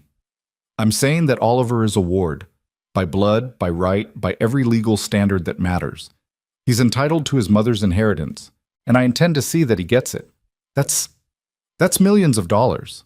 Hundreds of millions. Billions, actually. Split correctly. Yes. Noah's head was spinning. He looked at Oliver, still happily eating ice cream, completely unaware that his life had just been transformed. A moment ago, he'd been the son of a struggling delivery driver, growing up in a cramped apartment, inheriting nothing but love and memories. Now he was heir to a fortune that Noah couldn't even comprehend. I don't want your money, Noah said slowly. That's not why I came to your house. That's not why I'm here. I know. Celeste's voice was gentle. That's why I'm telling you. Because you're the kind of person who doesn't want it, which means you're the kind of person who can be trusted with it. Oliver's 5 years old. He doesn't need billions of dollars. He needs stability and love and a father who's present. He can have all of those things and also have financial security. They're not mutually exclusive. Noah shook his head, overwhelmed. This is too much.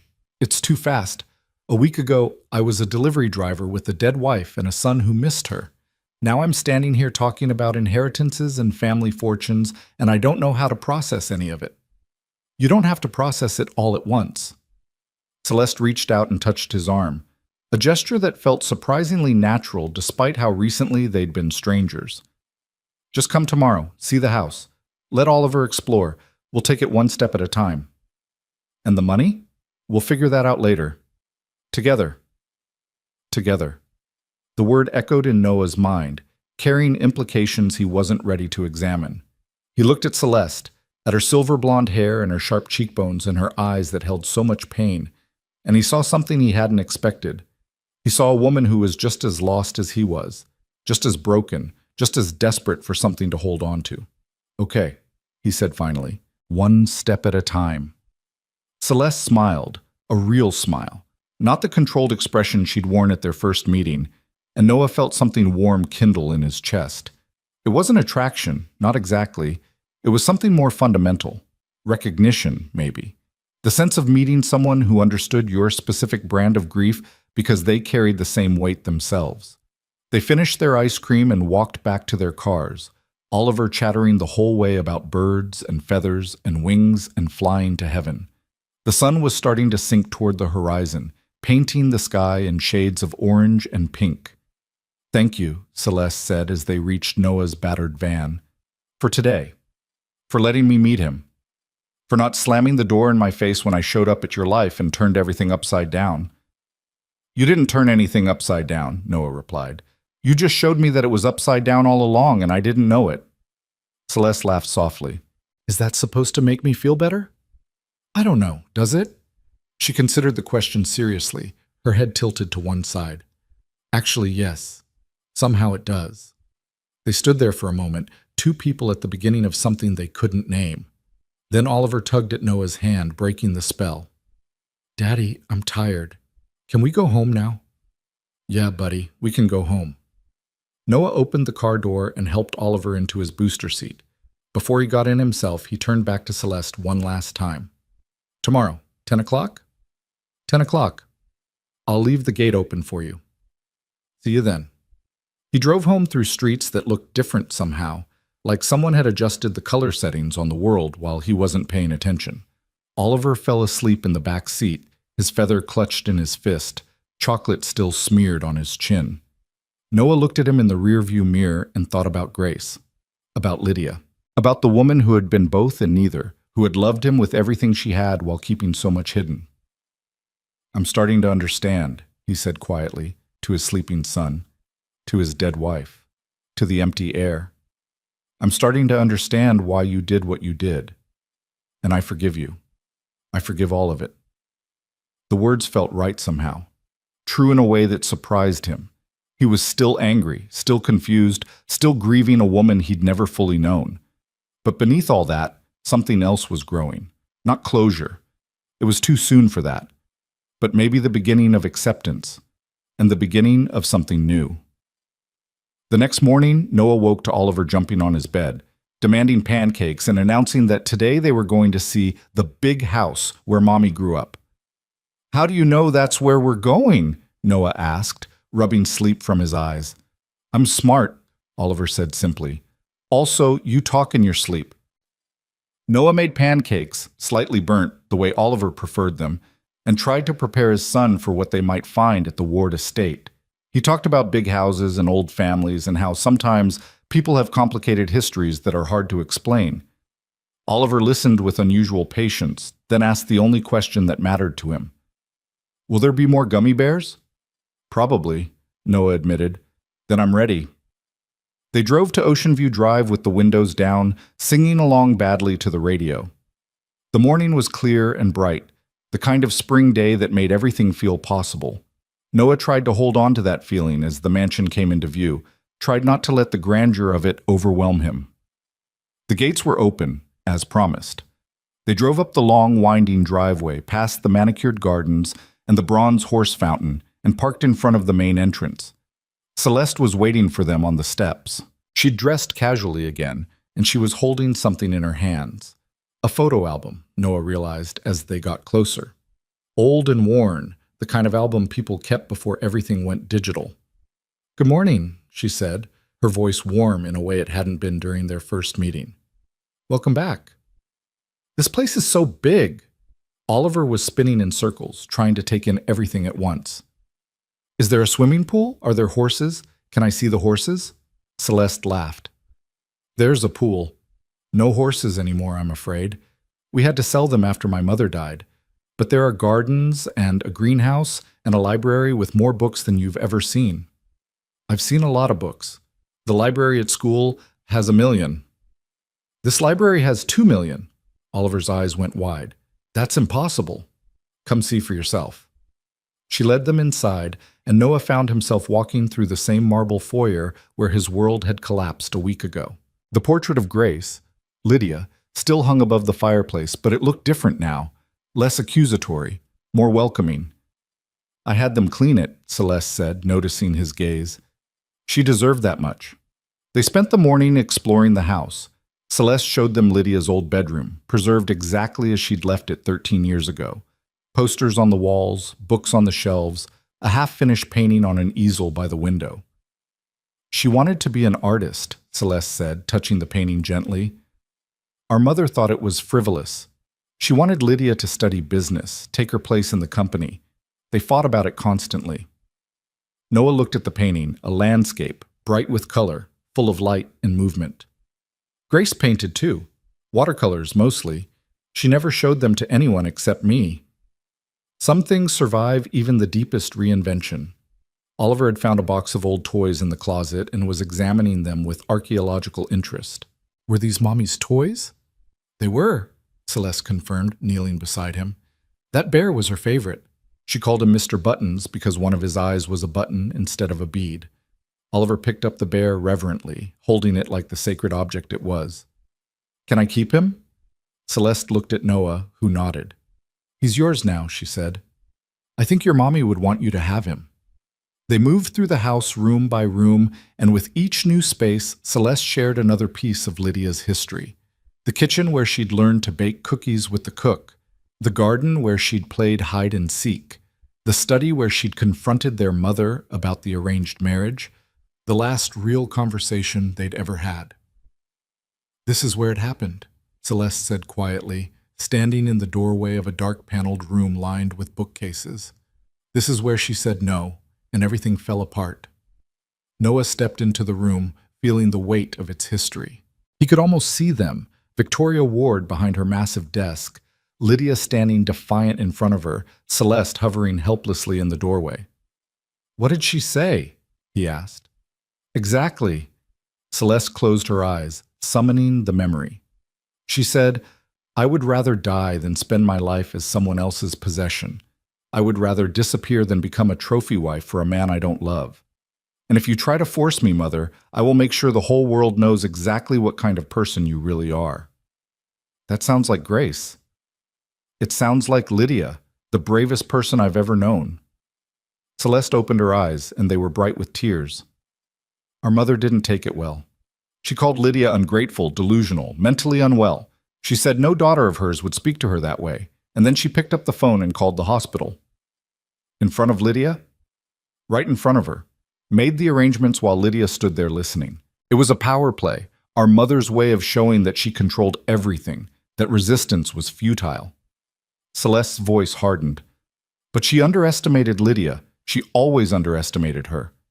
They stood in silence for a moment, surrounded by ghosts. I'm glad she got away, Noah said finally. Whatever else happened, whatever lies she told, I'm glad she escaped this. So am I. Celeste reached out and took his hand, the second time she'd touched him voluntarily, and squeezed it gently. And I'm glad she found you. The afternoon passed in a blur of stories and discoveries. Celeste showed them the photo album she'd been carrying, hundreds of pictures of Lydia growing up, from a tiny baby in an enormous nursery to a young woman on the cusp of escape. Noah studied each image, looking for traces of the Grace he'd known in the Lydia who'd existed before. She was there, in the way Lydia smiled at the camera, in the way she held herself, in the stubborn tilt of her chin that Oliver had inherited. The same woman, wearing different masks. Can I have some of these? Noah asked. For Oliver, so he can see where his mother came from.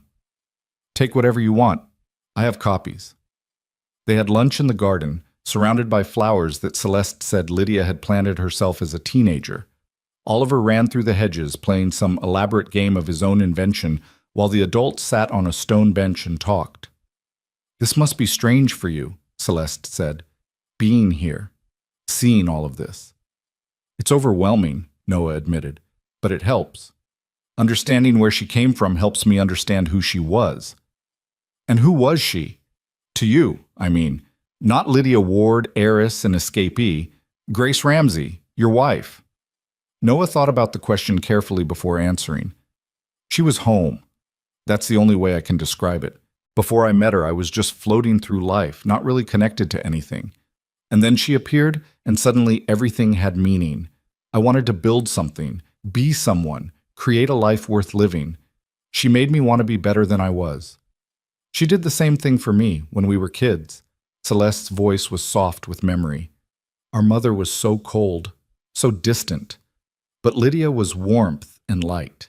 She made our house feel like a home, even when everything else was falling apart. It sounds like she saved us both." "She did, and then she left, and I had to learn how to save myself." They sat in comfortable silence, watching Oliver explore the garden. The sun was starting to lower in the sky, casting long shadows across the manicured lawns. "I should get him home," Noah said reluctantly. "He'll be impossible if he misses his nap." "Of course." Celeste stood, brushing grass from her jeans. "But come back, please. Anytime you want. This house should have life in it again. It's been a mausoleum for too long." "We will." They collected Oliver, who was reluctant to leave his new kingdom, and walked back to the front of the house. As Noah was helping his son into the car, Celeste touched his arm. "There's something I want to give you," she said. "Wait here." She disappeared inside for a moment, then returned carrying a small wooden box.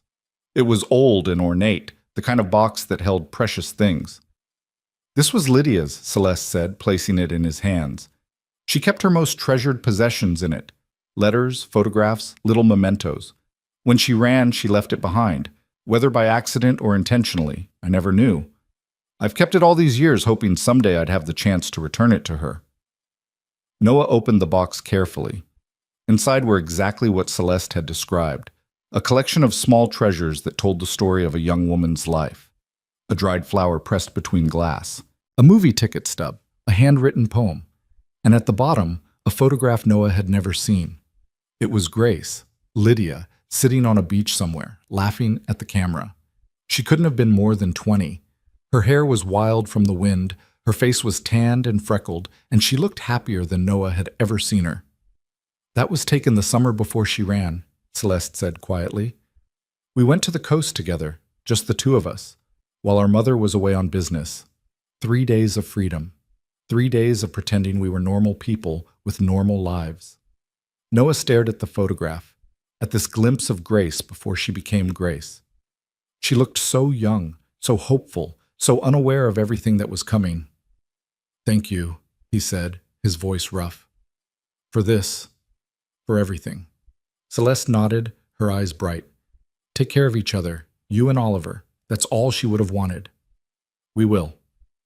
He got in the van, started the engine, and pulled away from the mansion. In the rear-view mirror, he could see Celeste standing on the steps, watching them go.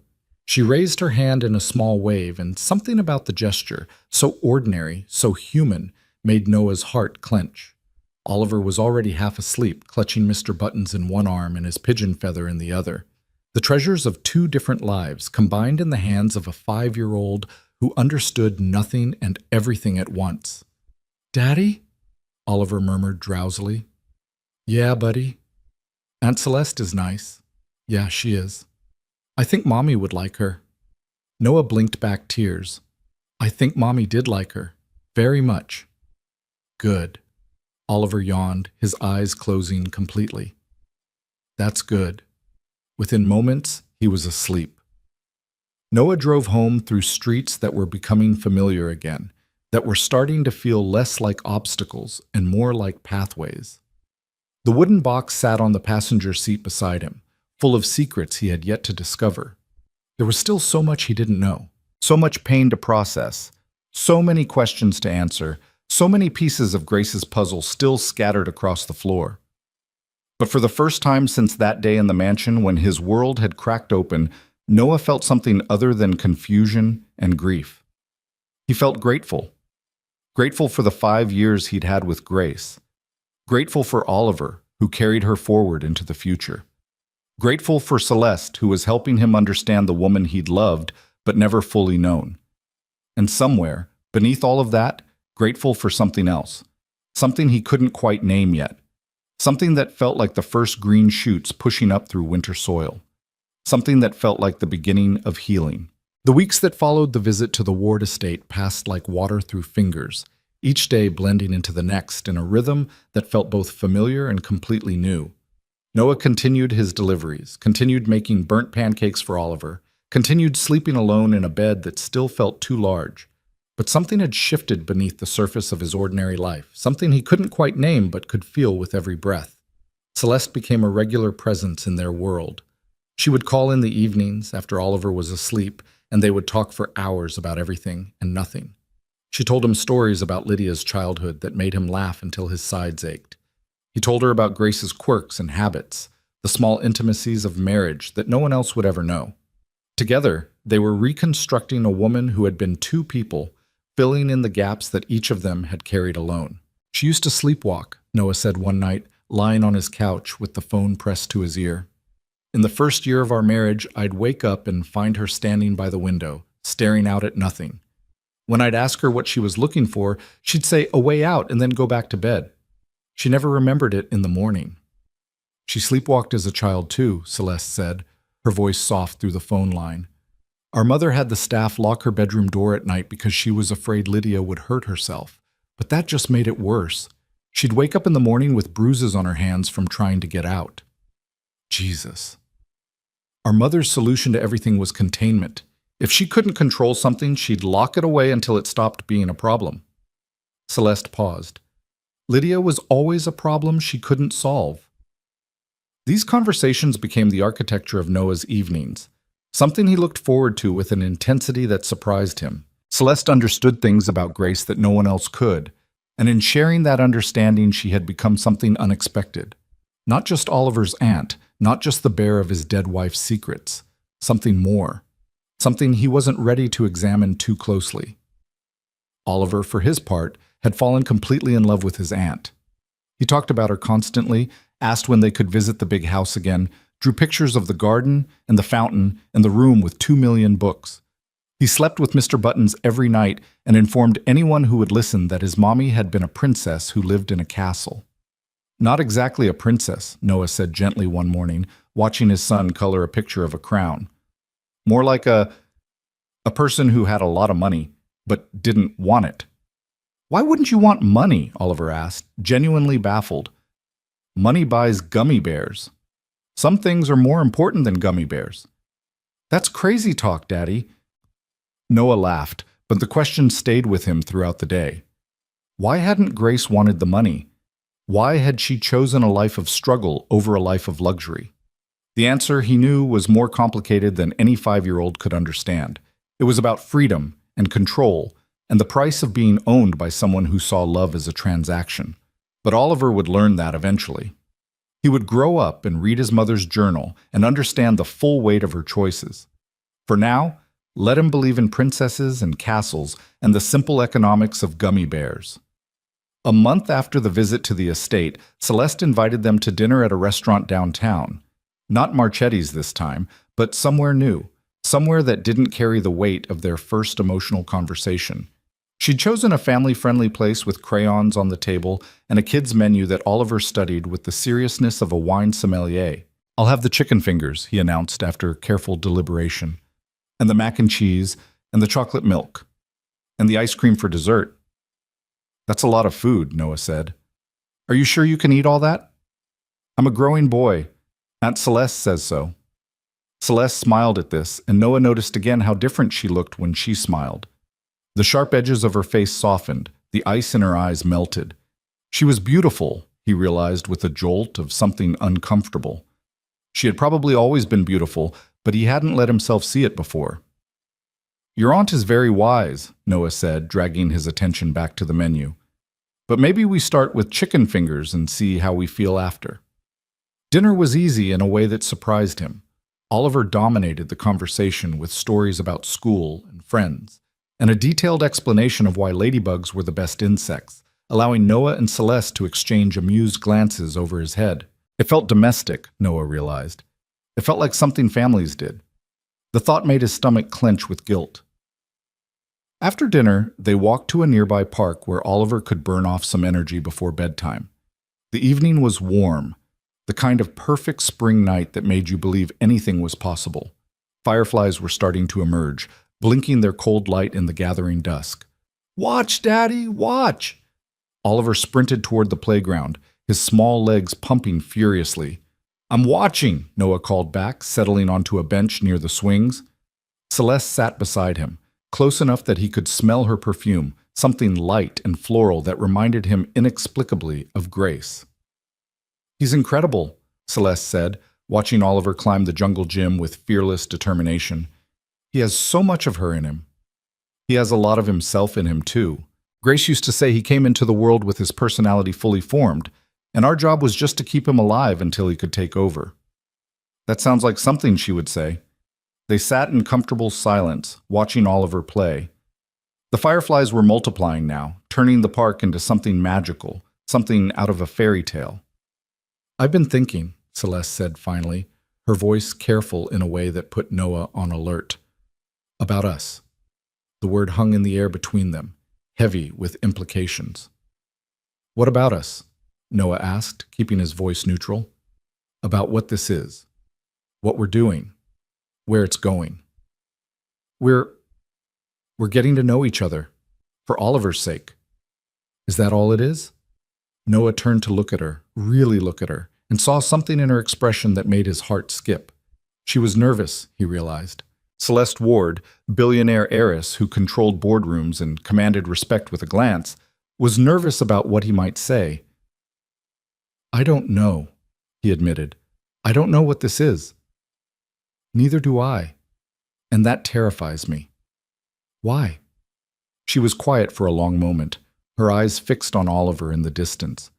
When she spoke, her voice was barely above a whisper. "Because she was my sister, Noah. She was my baby sister, and I loved her more than anything in the world. And now I find myself looking at you and feeling things I shouldn't feel, wanting things I have no right to want.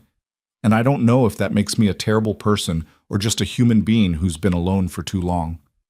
Noah's throat tightened. He wanted to say something comforting, something that would ease the anguish in her voice, but he couldn't because he felt the same thing, the same confusion, the same guilt, the same terrifying pull toward something that seemed both inevitable and impossible. "You're not a terrible person," he managed finally. "How do you know?" "Because I feel it too."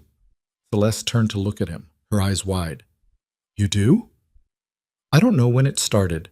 Maybe that night at Marchetti's, when you cried over her letter. Maybe at the estate, when you gave Oliver that bear.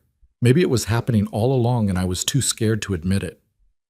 He ran a hand through his hair, frustrated by his inability to articulate what he felt. "You're the first person since Grace who's made me feel like I might be okay someday, like there might be something after the grief." "Noah? But I don't know if it's real. I don't know if what I feel is actually about you or if it's about her. You look like her sometimes, you know that? Not physically, but in the way you move, the way you think. And I don't know if I'm falling for you or just falling for the pieces of her I see in you." The words came out harsher than he intended, and he saw Celeste flinch. But she didn't look away. "That's fair," she said quietly. "I've wondered the same thing about myself. Whether I'm drawn to you because of who you are, or because you're the last person who loved her. Because being with you feels like being close to her again. So where does that leave us?" Confused, guilty, completely at sea. Noah laughed despite himself, a bitter sound that echoed in the quiet park. That about sums it up. They sat in silence again, but it was different now, heavier, charged with all the things they'd said and all the things they hadn't. "Maybe we're overthinking this," Celeste said finally. "Maybe we should just stop, step back, focus on Oliver, and forget about whatever this is between us. Is that what you want?" "No." The word came out before she could stop it, raw and honest. No, it's not what I want at all. Then what do you want? She turned to face him fully, and in the firefly light, her eyes were luminous with something that looked like hope and fear in equal measure.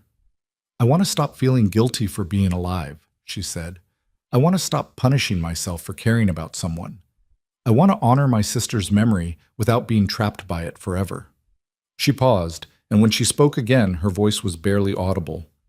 And I want you to kiss me, just once, so I can know if this is real or if it's just grief wearing a different mask.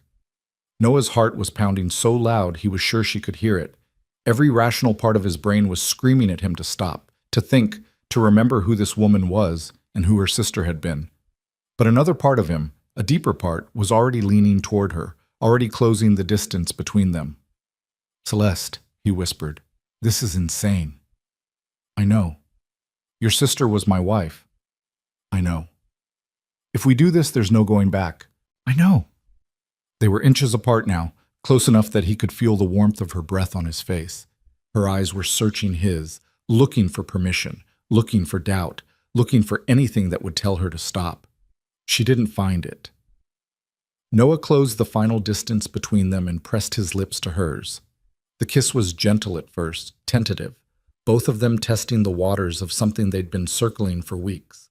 Celeste's lips were soft and warm, and she tasted like the wine they'd had at dinner, and underneath it all was something else, something that felt like coming home to a place he'd never been. Then her hand came up to cup the back of his neck, and the kiss deepened, and Noah forgot about everything except this moment, this woman, this impossible connection they'd found in the wreckage of shared grief. When they finally broke apart, both of them were breathing hard. Celeste's eyes were wide, her cheeks flushed, her carefully composed mask completely shattered. Oh God, she whispered. That was, yeah, I felt, yeah. They stared at each other, equally stunned by what had just happened. Then Celeste let out a shaky laugh. Well, that didn't help at all. What do you mean? I was hoping the kiss would prove that this was just grief, that we were both lonely and sad and projecting our feelings onto each other. She shook her head slowly. But that's not what I felt. What did you feel? I felt you, just you. Not my sister's husband, not Oliver's father, just Noah Ramsey, the man who makes terrible coffee and tells terrible jokes and looks at me like I'm something worth looking at. Her voice caught. I felt something real. Noah wanted to tell her he felt the same thing. He wanted to pull her close and kiss her again and forget about all the reasons why this was complicated and wrong and potentially disastrous. But before he could say anything, a small voice cut through the moment.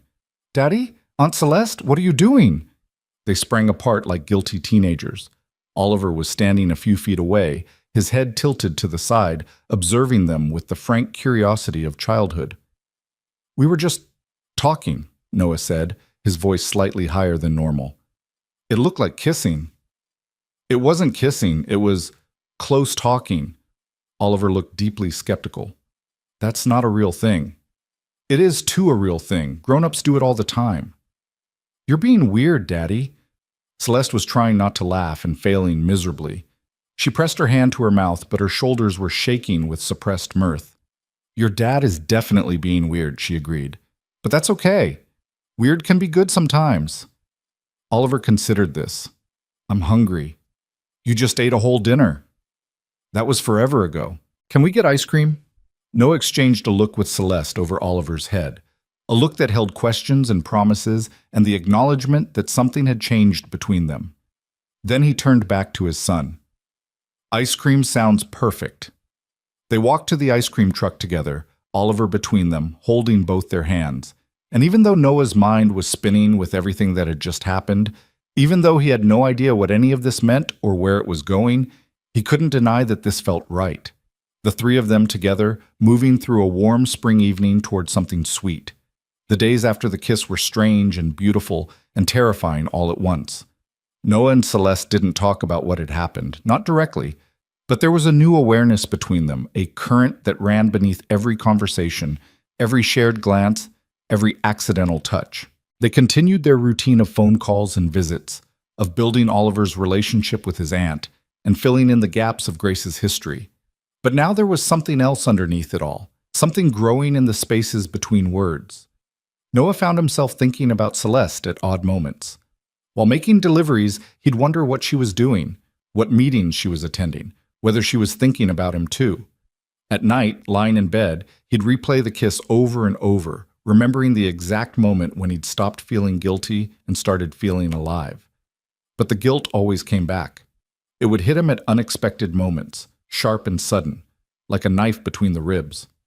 He'd be laughing at something Celeste said, and then he'd remember Grace's laugh, and the weight of betrayal would crash down on him. He'd feel Celeste's hand brush against his, and then he'd remember holding Grace's hand on their wedding day, and the shame would be so intense he could barely breathe. He started visiting Grace's grave more often, not the official cemetery where they'd buried her, with its neat rows of headstones and carefully tended grass, but a small memorial they'd created in a park where she used to take Oliver to feed the ducks. Noah had planted a tree there after her death, a young maple that was just starting to spread its branches. "I don't know what I'm doing," he said to the tree one evening while Oliver played nearby. "I don't know if this is moving on or betraying you or something in between. I loved you, Grace. I still love you. But you're gone. And she's here, and I don't know what that means." The tree didn't answer. Trees never did. But a breeze stirred its leaves, and for just a moment, Noah could almost believe that Grace was listening. "She's your sister," he continued, his voice cracking. "Of all the people in the world, I had to fall for your sister. Is that some kind of cosmic joke? Some twist of fate designed to torture both of us?" He wiped his eyes with the back of his hand. "Or is this what you wanted? Is this why you wrote that letter? Why you told me to find Celeste? Did you know this would happen?" The breeze died. The leaves stilled, and Noah was left alone with his questions, as always. 2 weeks after the kiss, Celeste invited them to the estate for Oliver's birthday. The boy was turning 6, and she wanted to throw him a proper party, complete with a bounce house, a magician, and enough cake to feed a small army. "That's too much," Noah protested when she called to outline her plans. "He doesn't need all that. He'd be happy with pizza and a movie. He's my nephew, my only nephew. Please let me spoil him." "You're already spoiling him. The toys, the trips to the zoo, the small fortune in gummy bears you keep buying. That's not spoiling, that's basic aunt behavior." "Celeste." "Noah." Her voice softened. "This is the first birthday I've ever been able to celebrate with him. The first time I've been able to watch him blow out candles and make a wish and know that I'm part of his life. Please don't take that away from me." How could he say no to that? How could he deny her something that meant so much when she'd already lost so much else? "Fine," he sighed, "but no pony rides." "What about a small pony, a miniature one?" "No ponies of any size." "You're no fun, Noah Ramsey." "I've been told." The party was predictably spectacular. Oliver ran screaming through the bounce house with a dozen other kids from his school, all of whom were suitably awed by the mansion and its endless wonders. The magician pulled rabbits from hats and cards from thin air, and Oliver declared it the best day of his entire life. But the moment Noah would remember most came later, after the guests had gone and Oliver had collapsed in a sugar coma on the living room couch. He and Celeste were sitting on the terrace, watching the sun set over the gardens, glasses of wine in hand. "Thank you for today," Noah said. "He'll talk about this for years. He deserves it. He deserves everything. He has more than everything now. More than I could ever give him on my own." Celeste turned to look at him, her expression serious. "You've given him the most important thing. You've given him love. Unconditional, constant, unwavering love. That's worth more than all the bounce houses in the world. You're going to make me emotional." "Good. You're too stoic for your own good." They sat in comfortable silence, watching the sky turn from gold to pink to purple. The air was warm and fragrant with flowers, and somewhere in the distance birds were singing their evening songs. "I've been thinking," Celeste said finally, and there was something in her voice that made Noah tense. The last time she'd started a sentence that way, they'd ended up kissing in a park. "About what?" "About us. About what we're doing. About the fact that we've been dancing around each other for weeks without actually talking about what happened. I've been trying to figure out how I feel." And have you? Noah took a long sip of wine, buying himself time. I know I care about you. I know that when I'm with you, I feel things I haven't felt in a long time. But I also know that you're Grace's sister, and that every time I look at you, part of me sees her, and I don't know if that's fair to you. It's not unfair, Celeste said quietly. I look at you and see the man who made her happy, the father of her child, the life she chose over everything our mother could offer. How could I not see her when I look at you? She's woven into every part of who you are. So where does that leave us? I don't know, but I'm tired of not knowing. I'm tired of second-guessing every feeling, every glance, every moment we share. She set down her wine glass and turned to face him fully. I spent 13 years missing my sister, wondering where she was, whether she was happy, whether she even remembered me. And then I found out she was dead, and I thought I'd never stop grieving. But you and Oliver, you've given me something I never expected to have, a connection to her, a family. Celeste, I'm not asking you to love me, she continued, her voice steady even as her hands trembled. I'm not asking you to forget Grace or replace her or pretend that any of this is simple. I'm just asking you to give this a chance, to let us see what we could be without the guilt and the doubt and the constant fear that we're doing something wrong. Noah wanted to say yes. Every part of him wanted to say yes, to take her in his arms and promise her that they would figure it out together. But the words stuck in his throat, trapped by 3 years of grief and guilt and the ghost of a woman who still haunted his dreams. I need time, he said finally, not to decide how I feel, but to make peace with feeling it. Does that make sense? It makes perfect sense. Celeste's voice was gentle, understanding, free of the disappointment he'd expected. Take all the time you need. I'm not going anywhere. You might change your mind. I'm kind of a mess. We're all messes, Noah. Some of us are just better at hiding it.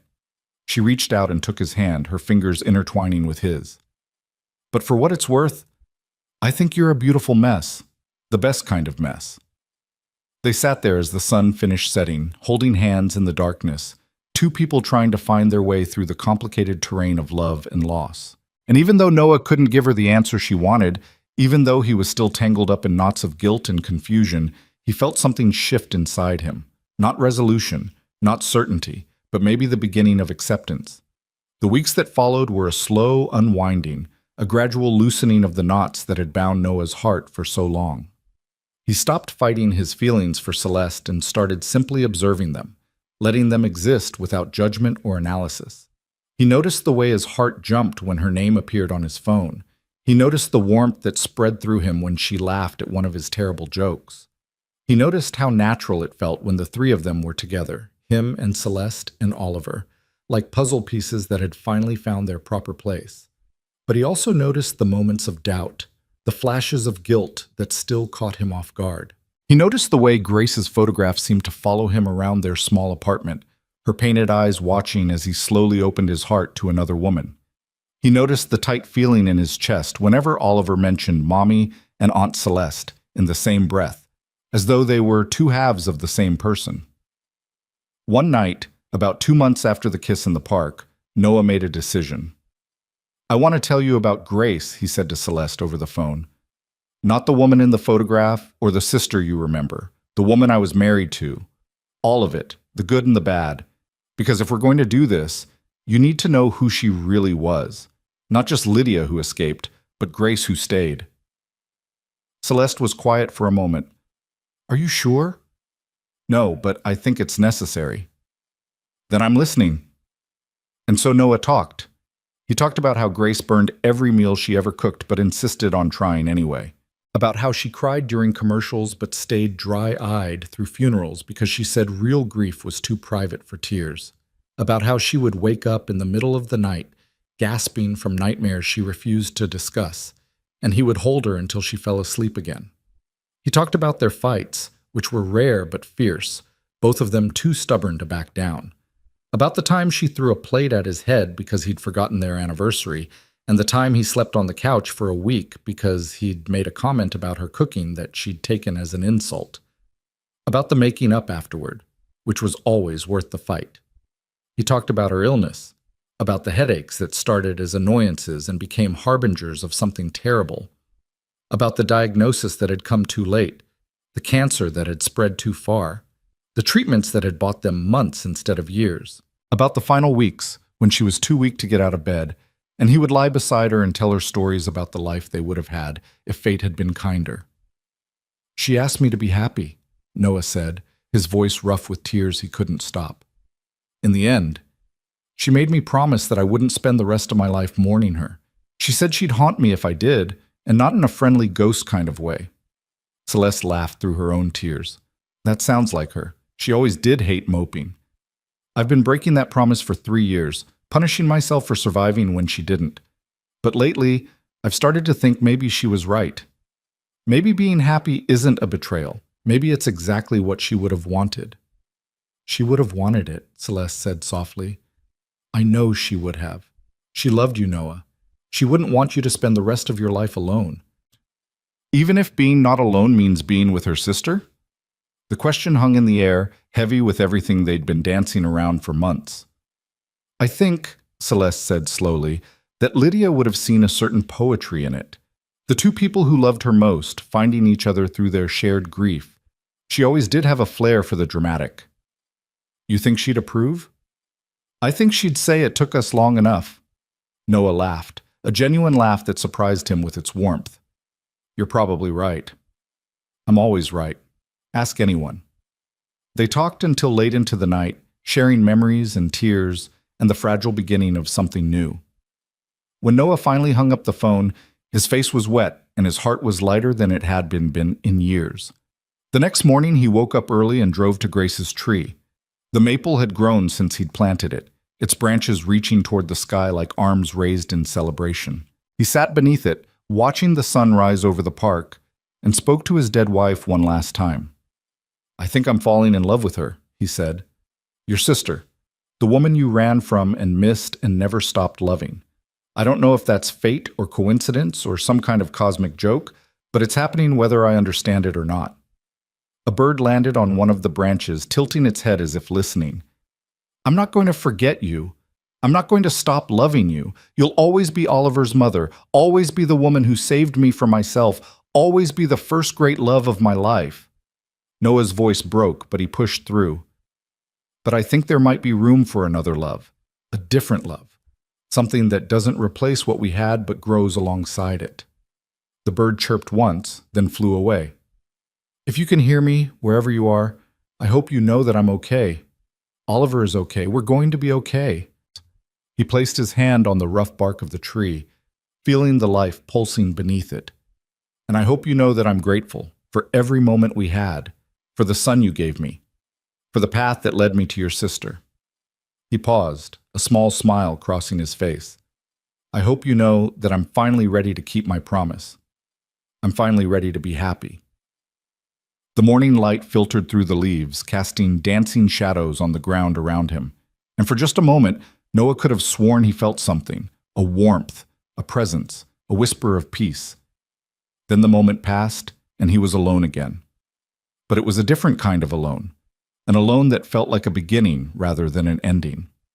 He got up, brushed the grass from his jeans, and walked back to his car. He had somewhere to be. The drive to the Ward estate took 45 minutes, and Noah spent every second of it rehearsing what he wanted to say. By the time he pulled up to the mansion, he'd gone through a dozen versions of the speech, each one more inadequate than the last. In the end, he decided to wing it. Celeste answered the door herself, still in her pajamas, her hair loose around her shoulders. She looked younger without her usual polish, softer somehow, and Noah felt his heart clench at the sight of her. "Noah, what are you doing here? It's 7 a.m. I know, I'm sorry, I had to, can I come in?" She stepped aside, her expression a mixture of confusion and concern. "Is everything okay? Is Oliver? Oliver's fine. He's with Mrs. Patterson. This isn't about Oliver." "Then what?" "It's about us." Celeste went still. "Oh. I went to see Grace this morning. Her tree, I mean. The memorial." Noah ran a hand through his hair, struggling to find the right words. "I told her about you. About us. about everything I've been feeling and fighting and failing to understand. What did she say? Trees don't talk, but I think she would have approved. I think she would have wanted this. He stepped closer, close enough to see the flecks of gold in Celeste's eyes. I'm done waiting, Celeste. I'm done second-guessing and overthinking and punishing myself for wanting something good. I love you. I love you. And I'm terrified. And I don't know how any of this is going to work, but I know I want to try. Celeste's eyes filled with tears. Noah, you don't have to say anything. You don't have to feel the same way. I just needed you to know.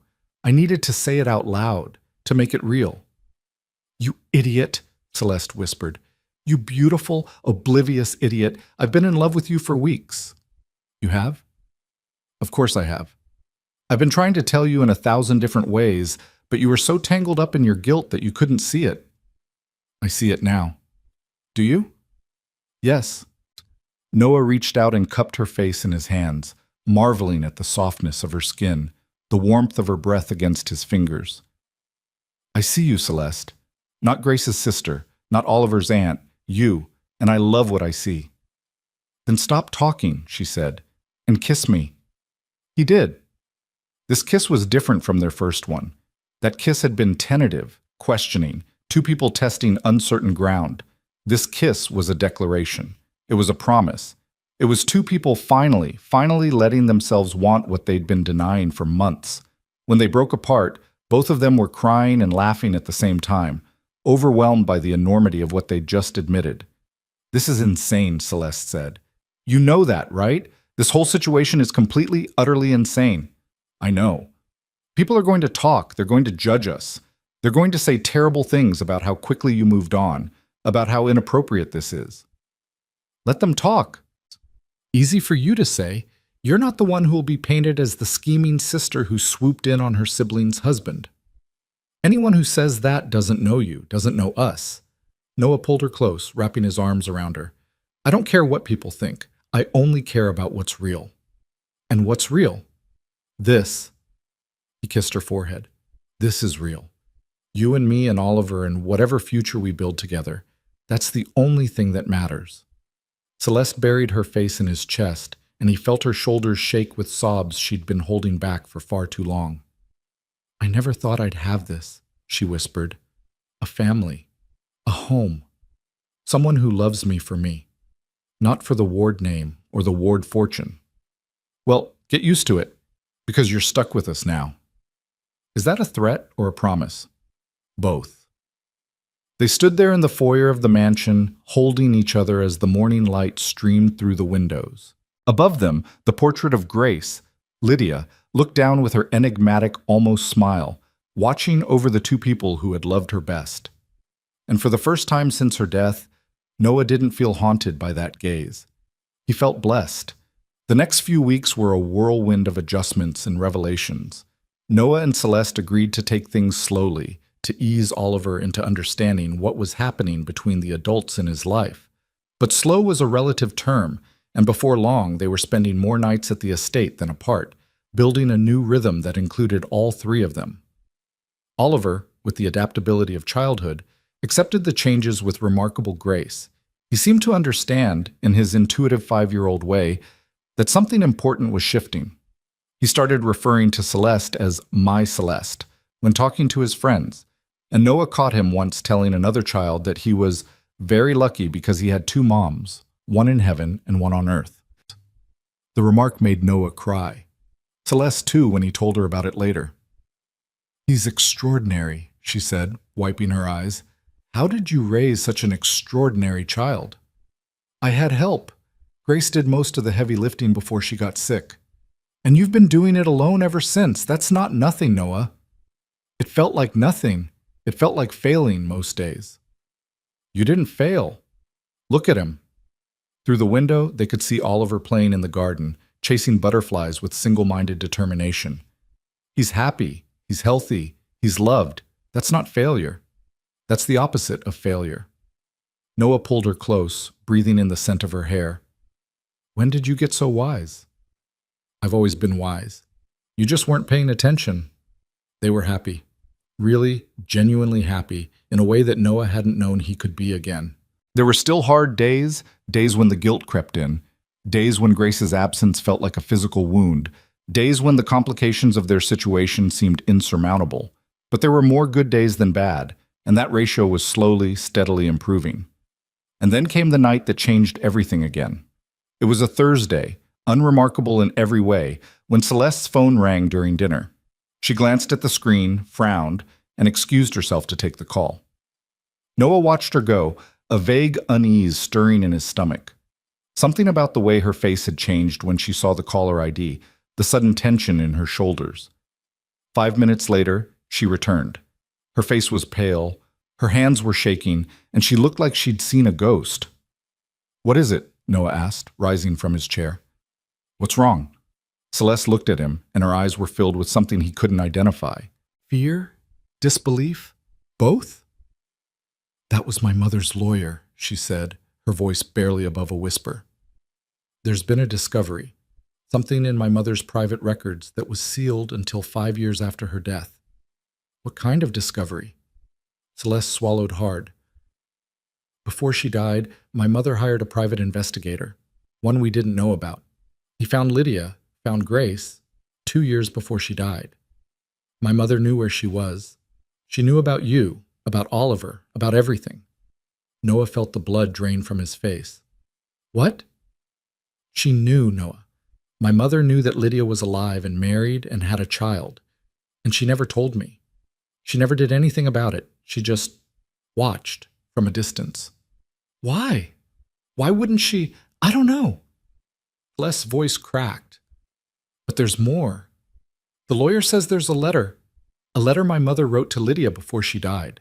It was supposed to be delivered after both of them were gone, but there was some kind of mix-up, and it was never sent. A letter from Victoria Ward to Grace? To Lydia. To the daughter she spent 13 years hunting, the daughter she drove away with her control and her cruelty and her complete inability to love without possessing." Celeste's hands were still shaking. "It's at the lawyer's office. He wants to know what we want to do with it." Noah looked at his phone, at the half-eaten meal on the table, at Oliver, who was watching them with wide, worried eyes from across the room. "We read it," he said. "We read it together. And whatever's in there, we face it the same way." "Together?" "Together." Celeste nodded, her jaw set with determination even as tears streamed down her cheeks. "Together," she repeated. And Noah knew, with absolute certainty, that whatever came next, they would face it exactly that way. The lawyer's office was cold and sterile, all chrome furniture and glass walls that made Noah feel like he was trapped inside an aquarium. He sat beside Celeste in matching leather chairs, their hands intertwined so tightly that his fingers had gone numb. Neither of them had slept the night before, and the exhaustion showed in the dark circles under their eyes and the tremor in their voices when they spoke. Oliver was at home with Mrs. Patterson, blissfully unaware of the storm that was about to break over their small, fragile family. Noah had wanted it that way. Whatever was in Victoria Ward's letter, it wasn't meant for a 6-year-old's ears. The lawyer was a thin man with silver hair and the kind of face that revealed nothing. He'd introduced himself as Harrison Webb, senior partner, executor of Victoria Ward's estate. He'd been working for the Ward family for over 30 years, he said, and this was the most unusual situation he'd ever encountered. "Before I give you the letter," Webb said, his voice carefully neutral, "I need to explain the circumstances of its discovery. Mrs. Ward left explicit instructions that certain documents were to remain sealed until 5 years after her death. She was very particular about the timing, though she never explained why." 5 years, Celeste murmured. She wanted to make sure she was really gone, that no one could question her or demand explanations. Perhaps. In any case, when we opened the sealed file last week, we found several items: financial records, personal correspondence, and this. He held up an envelope, yellowed with age, with a single name written across the front in elegant cursive. Lydia. Noah felt Celeste's grip tighten on his hand. "There was also a note attached," Webb continued, "instructing us to deliver the letter to Lydia Ward or her next of kin. Given that Ms. Ward is deceased, that would be you, Ms. Celeste, as her sister." However, given the contents of the letter and the existence of Ms. Lydia's son, I felt it appropriate to include both of you in this meeting. You've read it? Noah asked. I have. Estate law requires me to review all sealed documents before release. Webb's expression flickered with something that might have been sympathy. I should warn you, the contents are quite personal. Mrs. Ward was a complicated woman, and this letter reveals a side of her that few people ever saw. Just give it to us, Celeste said, her voice hard. Whatever's in there, we can handle it. Webb nodded and slid the envelope across the desk. Celeste picked it up with trembling hands, staring at her mother's handwriting as if it might bite her. Do you want me to read it? Noah asked gently. No, I need to do this myself. She took a deep breath, broke the seal, and unfolded the pages within. The letter was written in the same elegant script as the envelope, but the handwriting deteriorated as it went on, becoming shaky and uneven, as if the writer had been struggling to hold the pen. Celeste began to read aloud, her voice barely above a whisper. My dearest Lydia, if you are reading this, then I am dead, and the secrets I've kept can finally be told. I don't expect your forgiveness. I don't deserve it, but I need you to understand, even if understanding changes nothing. Celeste paused, her throat working. Noah squeezed her hand, urging her to continue. I found you 3 years ago. My investigator tracked you to a small town on the coast, to a modest apartment, to a life so different from the one I'd planned for you that I almost didn't believe it was real. I watched from a distance as you walked to work, as you shopped for groceries, as you lived the ordinary life you'd chosen over everything I could offer. She was watching, Noah breathed. All that time she was watching. I saw your husband, Celeste continued reading, her voice cracking. Noah, a delivery driver with kind eyes and calloused hands, and absolutely nothing to recommend him except the way he looked at you. Like you were the sun and the moon and every star in the sky. Like you were everything. Noah felt tears prick his eyes. He'd never met Victoria Ward, never even seen a photograph of her. But in that moment, he felt a strange kinship with the woman who had watched from the shadows as her daughter built a life without her. I hated him at first. This nobody who had stolen my daughter, who had given you a life of struggle when you could have had a life of luxury. I wanted to destroy him. I wanted to tear your world apart and drag you back where you belonged. But I didn't. Do you know why, Lydia? Because I saw the way you smiled. I saw you laughing on the street, holding his hand, your face lit up with a joy I had never been able to give you. And I realized with a pain I cannot describe that you were happy. Truly happy. Happier than you had ever been in my house, under my control, living the life I had designed for you. Celeste's voice broke completely. She lowered the letter, unable to continue, her shoulders shaking with silent sobs. Let me, Noah said gently, taking the pages from her trembling hands. He scanned ahead, finding where she'd left off, and continued reading. I spent months wrestling with what to do. Part of me wanted to reach out, to beg your forgiveness, to try to rebuild what I had destroyed. But I knew you would never trust me. I knew that if I entered your life again, I would only bring the chaos and control that you had worked so hard to escape. So I made a decision, the hardest decision of my life. I decided to let you go. Noah paused, absorbing the weight of those words. Victoria Ward, the woman who never lost, who never surrendered, who pursued what she wanted with relentless determination, she had chosen to let her daughter go. I stopped the investigation. I destroyed the files. I told no one what I had found, not even Celeste, though it broke my heart to keep this secret from her. I knew she would want to find you, to reconnect, to heal the wound that your disappearance had left in both our lives. But I also knew that if she found you, she would tell you about me. And I couldn't bear the thought of you looking over your shoulder for the rest of your life, waiting for me to appear and ruin everything. Then I saw your son. Noah's breath caught. He looked up at Celeste, who was watching him with red-rimmed eyes, her face pale and streaked with tears. My investigator sent me photographs. A little boy with dark curls and his mother's eyes, playing in a park, laughing at something his father had said. Oliver, my grandson. The child I would never know, the legacy I would never claim. I went to the park myself once, sat on a bench and watched him play from a distance. He was beautiful, Lydia, so full of life and joy and everything good in the world. And I knew, looking at him, that you had succeeded where I had failed. You had broken the cycle. You had created something pure and untainted by the poison that ran through our family. I wanted to approach him, to introduce myself, to be part of his life in some small way. But I couldn't, because to know him would be to risk exposing you. And I had already taken so much from you. I couldn't take your peace as well. Noah set the letter down, unable to continue. His hands were shaking, his vision blurred with tears. She met him, he managed. She saw Oliver. She was there in that park, and we never knew. Keep reading, Celeste whispered.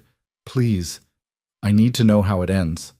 Noah picked up the letter again, scanning through the final paragraphs. I'm dying now.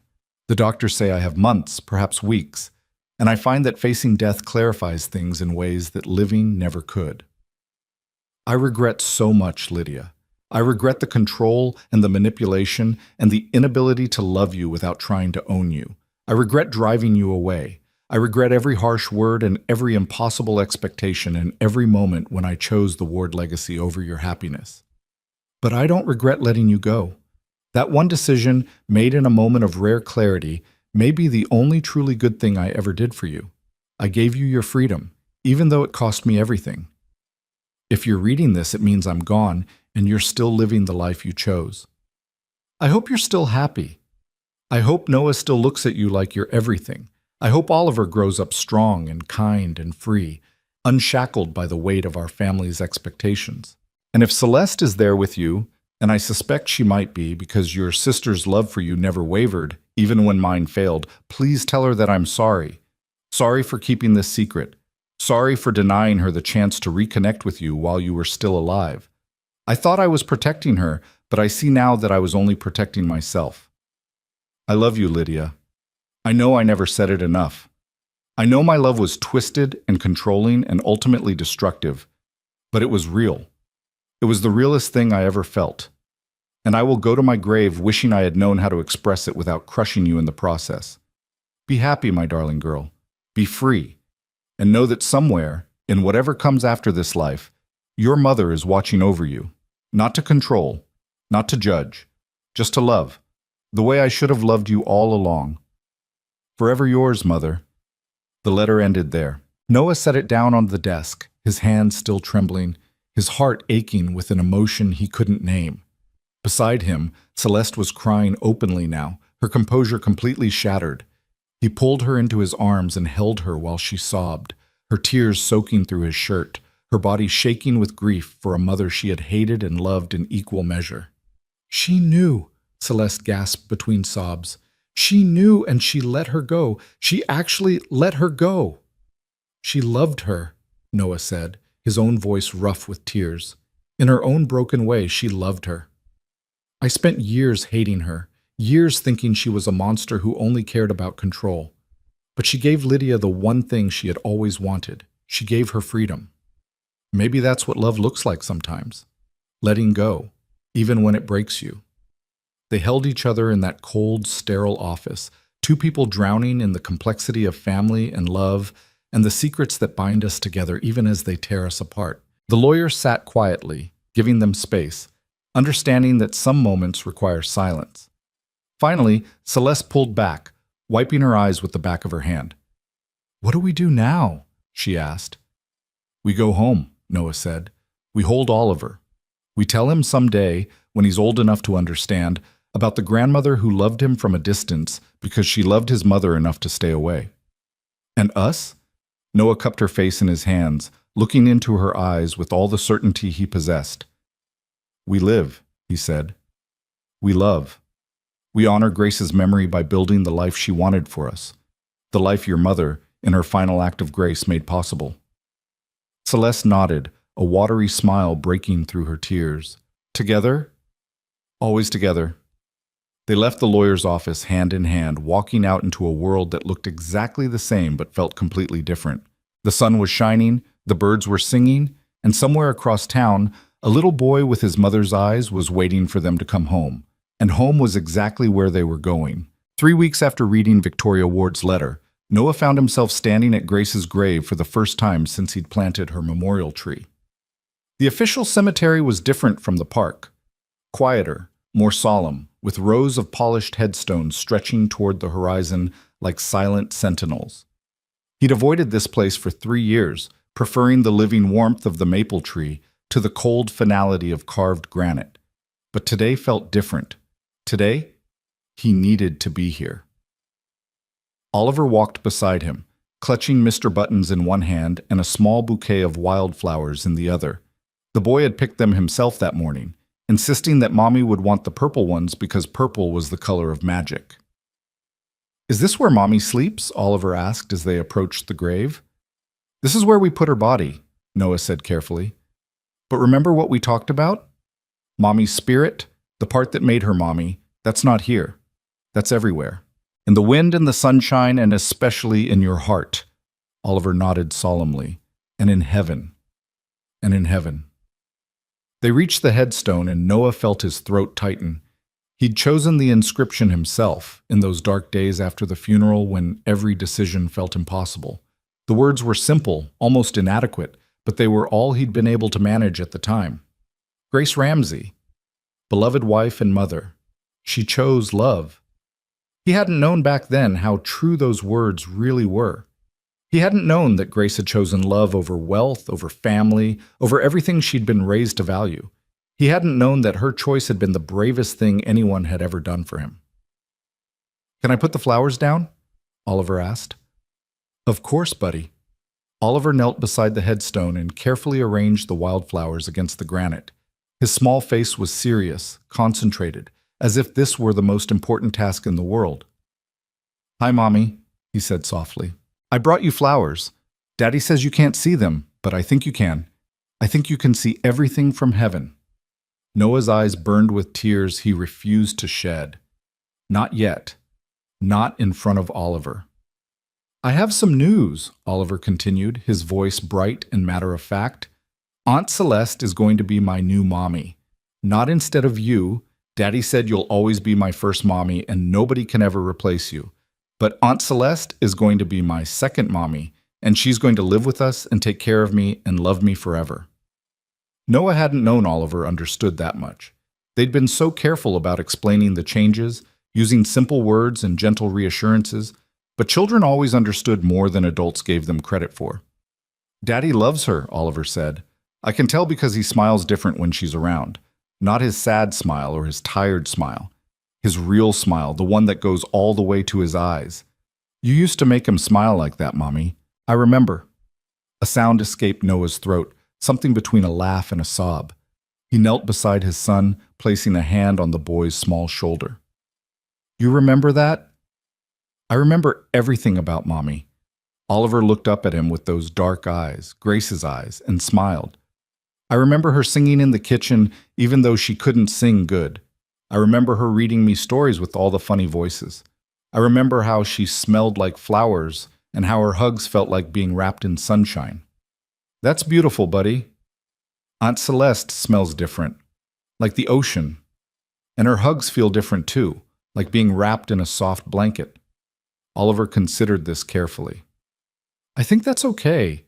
Different isn't bad. Different is just different." "When did you get so wise?" "I told you, Daddy, I think about things." They knelt together in silence, father and son, surrounded by the peaceful stillness of the cemetery. The morning sun was warm on their backs, and somewhere nearby a bird was singing. "Mommy," Oliver said finally, "I'm going to be happy now. Really happy. And I hope that's okay with you. I hope you're happy too, up in heaven, watching us. And I hope—" His voice wavered, and for the first time Noah saw tears in his son's eyes. "I hope you know I still love you, even though I love Aunt Celeste too. Is that okay? Can you love two mommies at the same time?" Noah pulled his son into his arms, holding him tight, feeling the small body shake with the weight of emotions too big for a 6-year-old to carry. "You can love as many people as your heart can hold," Noah whispered. "And your heart is very, very big. Mommy would be proud of you. She would be so proud." They stayed like that for a long time, holding each other beside Grace's grave, letting the tears come and go like waves on a shore. And when they finally stood up, when they finally turned to leave, Noah felt something he hadn't expected. He felt peace, not the absence of grief that would never fully go away, but the presence of something larger, something that encompassed the grief and transformed it into something bearable, something almost beautiful. "Daddy?" Oliver tugged at his hand as they walked back through the cemetery. "Yeah, buddy. Can we come back here sometimes to visit Mommy?" "Anytime you want." "And can we bring Aunt Celeste?" Noah smiled, a real smile, the kind that went all the way to his eyes. "I think Mommy would like that very much." They found Celeste waiting for them at the cemetery entrance, leaning against her car, her face anxious with worry. She'd offered to come with them, but Noah had felt this moment needed to be just him and Oliver, a private goodbye before the new beginning. But now the goodbye was over, and the beginning was here. "How did it go?" Celeste asked as they approached. "Good," Noah said. "Really good." "Aunt Celeste!" Shh. Oliver ran to her and threw his arms around her waist. "I told Mommy about you. I told her you're going to be my second mommy, and that Daddy loves you, and that you smell like the ocean." Celeste looked at Noah over Oliver's head, her eyes glistening. "You told her all that?" "He's very thorough," Noah said. "I also told her that different isn't bad," Oliver continued, pulling back to look up at Celeste. "Different is just different, and you're different from Mommy, but that's okay. I love you anyway." Celeste knelt down so she was eye level with the boy, her hands on his shoulders, her face soft with an emotion that Noah recognized intimately. "I love you too, Oliver. So much. And I want you to know something important." She took a deep breath. "I'm not trying to replace your Mommy. Nobody could ever replace her. But I promise to love you and take care of you and be there for you always. Can you accept that?" Oliver nodded solemnly. "Can you make pancakes?" "Not as well as your daddy." "That's okay. Daddy's pancakes are burnt anyway." Celeste laughed, and the sound was like music, like bells, like everything good in the world condensed into a single moment. "Then we'll figure it out together," she said. "All three of us." "All three of us," Oliver agreed. They drove home together, Oliver chattering from the back seat about everything and nothing, the weight of the morning already lifting from his young shoulders. Noah reached across the console and took Celeste's hand, intertwining their fingers, feeling the warmth of her skin against his. "Thank you," he said quietly. "For what?" "For being patient, for waiting, for understanding that this was something we needed to do." "I would wait forever for you, Noah Ramsey." She squeezed his hand. "Haven't you figured that out by now?" The weeks that followed were filled with practical matters and emotional milestones. They sold Noah's cramped apartment and moved into the Ward estate, though they converted it from a museum of old money into something warmer, more lived in. Oliver's artwork covered the refrigerator in the kitchen. Toys were scattered across floors that had once been pristine. Laughter echoed through hallways that had known only silence for too long. Celeste stepped back from the day-to-day operations of the Ward business empire, delegating to trusted managers so she could focus on her new family. Noah quit his job at Henderson's Florals and, with Celeste's encouragement, finally started writing again. The novel he'd abandoned years ago began to take shape, transformed by everything he'd experienced into something deeper and more true. Oliver thrived. He made new friends, started at a better school, and discovered a passion for painting that delighted Celeste to no end. She set up a studio for him in one of the spare rooms, filling it with canvases and paints, and every art supply a child could dream of. When Noah asked if she was spoiling him, she just smiled and said she was making up for lost time. And through it all, Grace was never forgotten. Her photograph hung in the living room, not hidden away but proudly displayed. Her journal sat on Noah's nightstand, read and reread until the pages were soft with handling. Her tree in the park grew stronger each year, its branches spreading wider, its leaves providing shade for families who picnicked beneath it without knowing its significance. They talked about her often, the three of them, gathered around the dinner table or curled up on the couch for movie night. Celeste would share stories from their childhood, memories that Noah had never heard, pieces of Lydia that helped him understand Grace more fully. Oliver would ask questions with the endless curiosity of childhood, building a picture of his mother that was richer and more complete than any photograph could capture. It wasn't always easy. There were hard days, days when the grief came rushing back with unexpected force. There were arguments and misunderstandings, and moments when the weight of their unusual situation threatened to overwhelm them.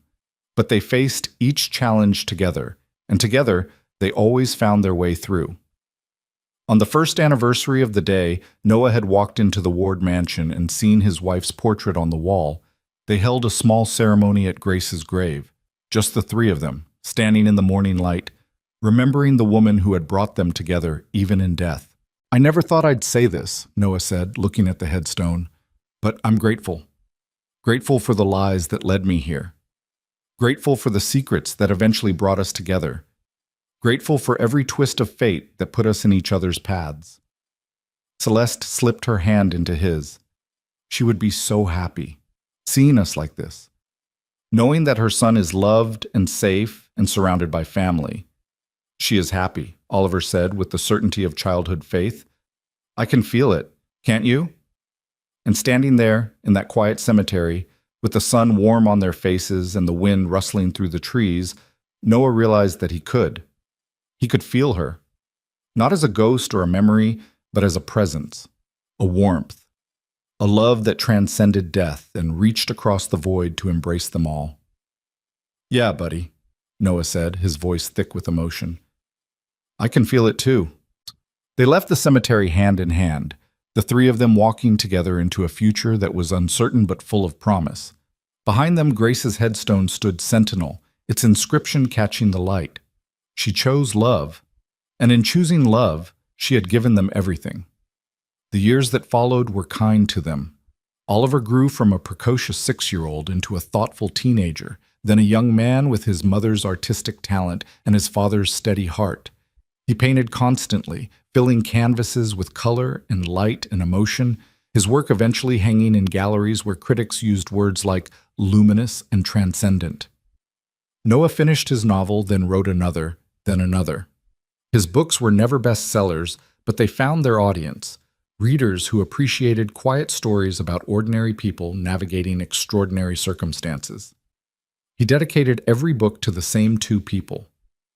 For Grace, who taught me to love, and for Celeste, who taught me to love again. Celeste transformed the Ward Foundation from a tax shelter into a genuine force for good, funding scholarships for students escaping difficult family situations and supporting organizations that helped people start over. She said it was her way of honoring her sister's legacy, of turning the Ward fortune into something Lydia would have been proud of.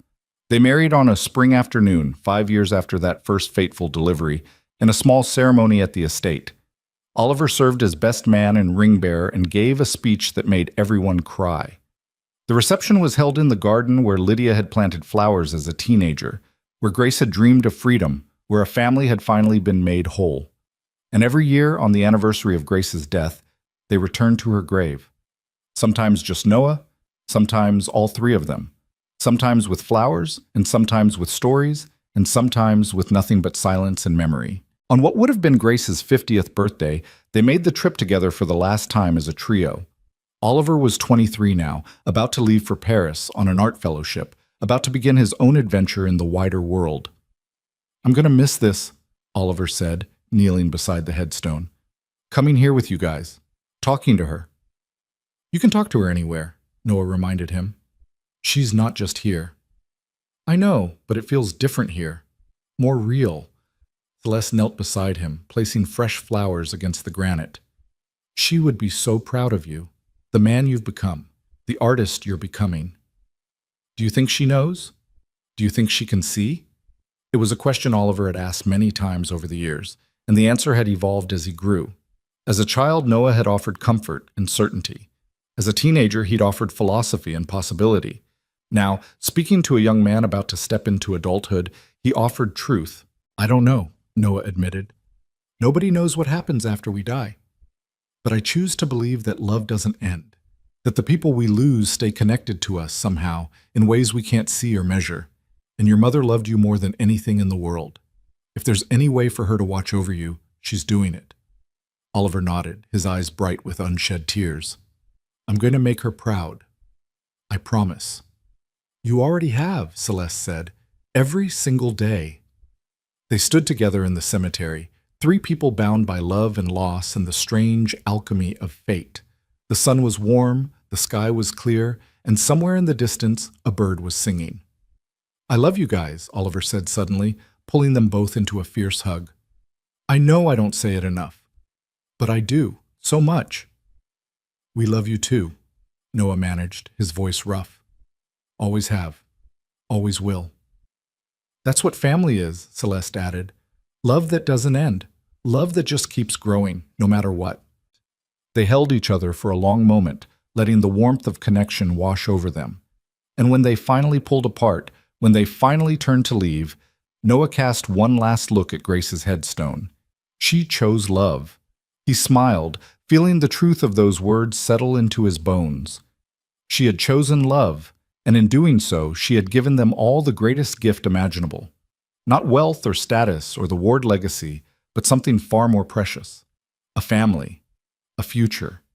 A reason to believe that even the deepest grief could eventually transform into something beautiful. "Ready?" Celeste asked, slipping her hand into his. Noah looked at his wife, at his son, at the life they had built together from the ruins of heartbreak and secrets, an impossible coincidence. "Yeah," he said. "I'm ready." They walked out of the cemetery together, leaving the past behind but carrying it with them always.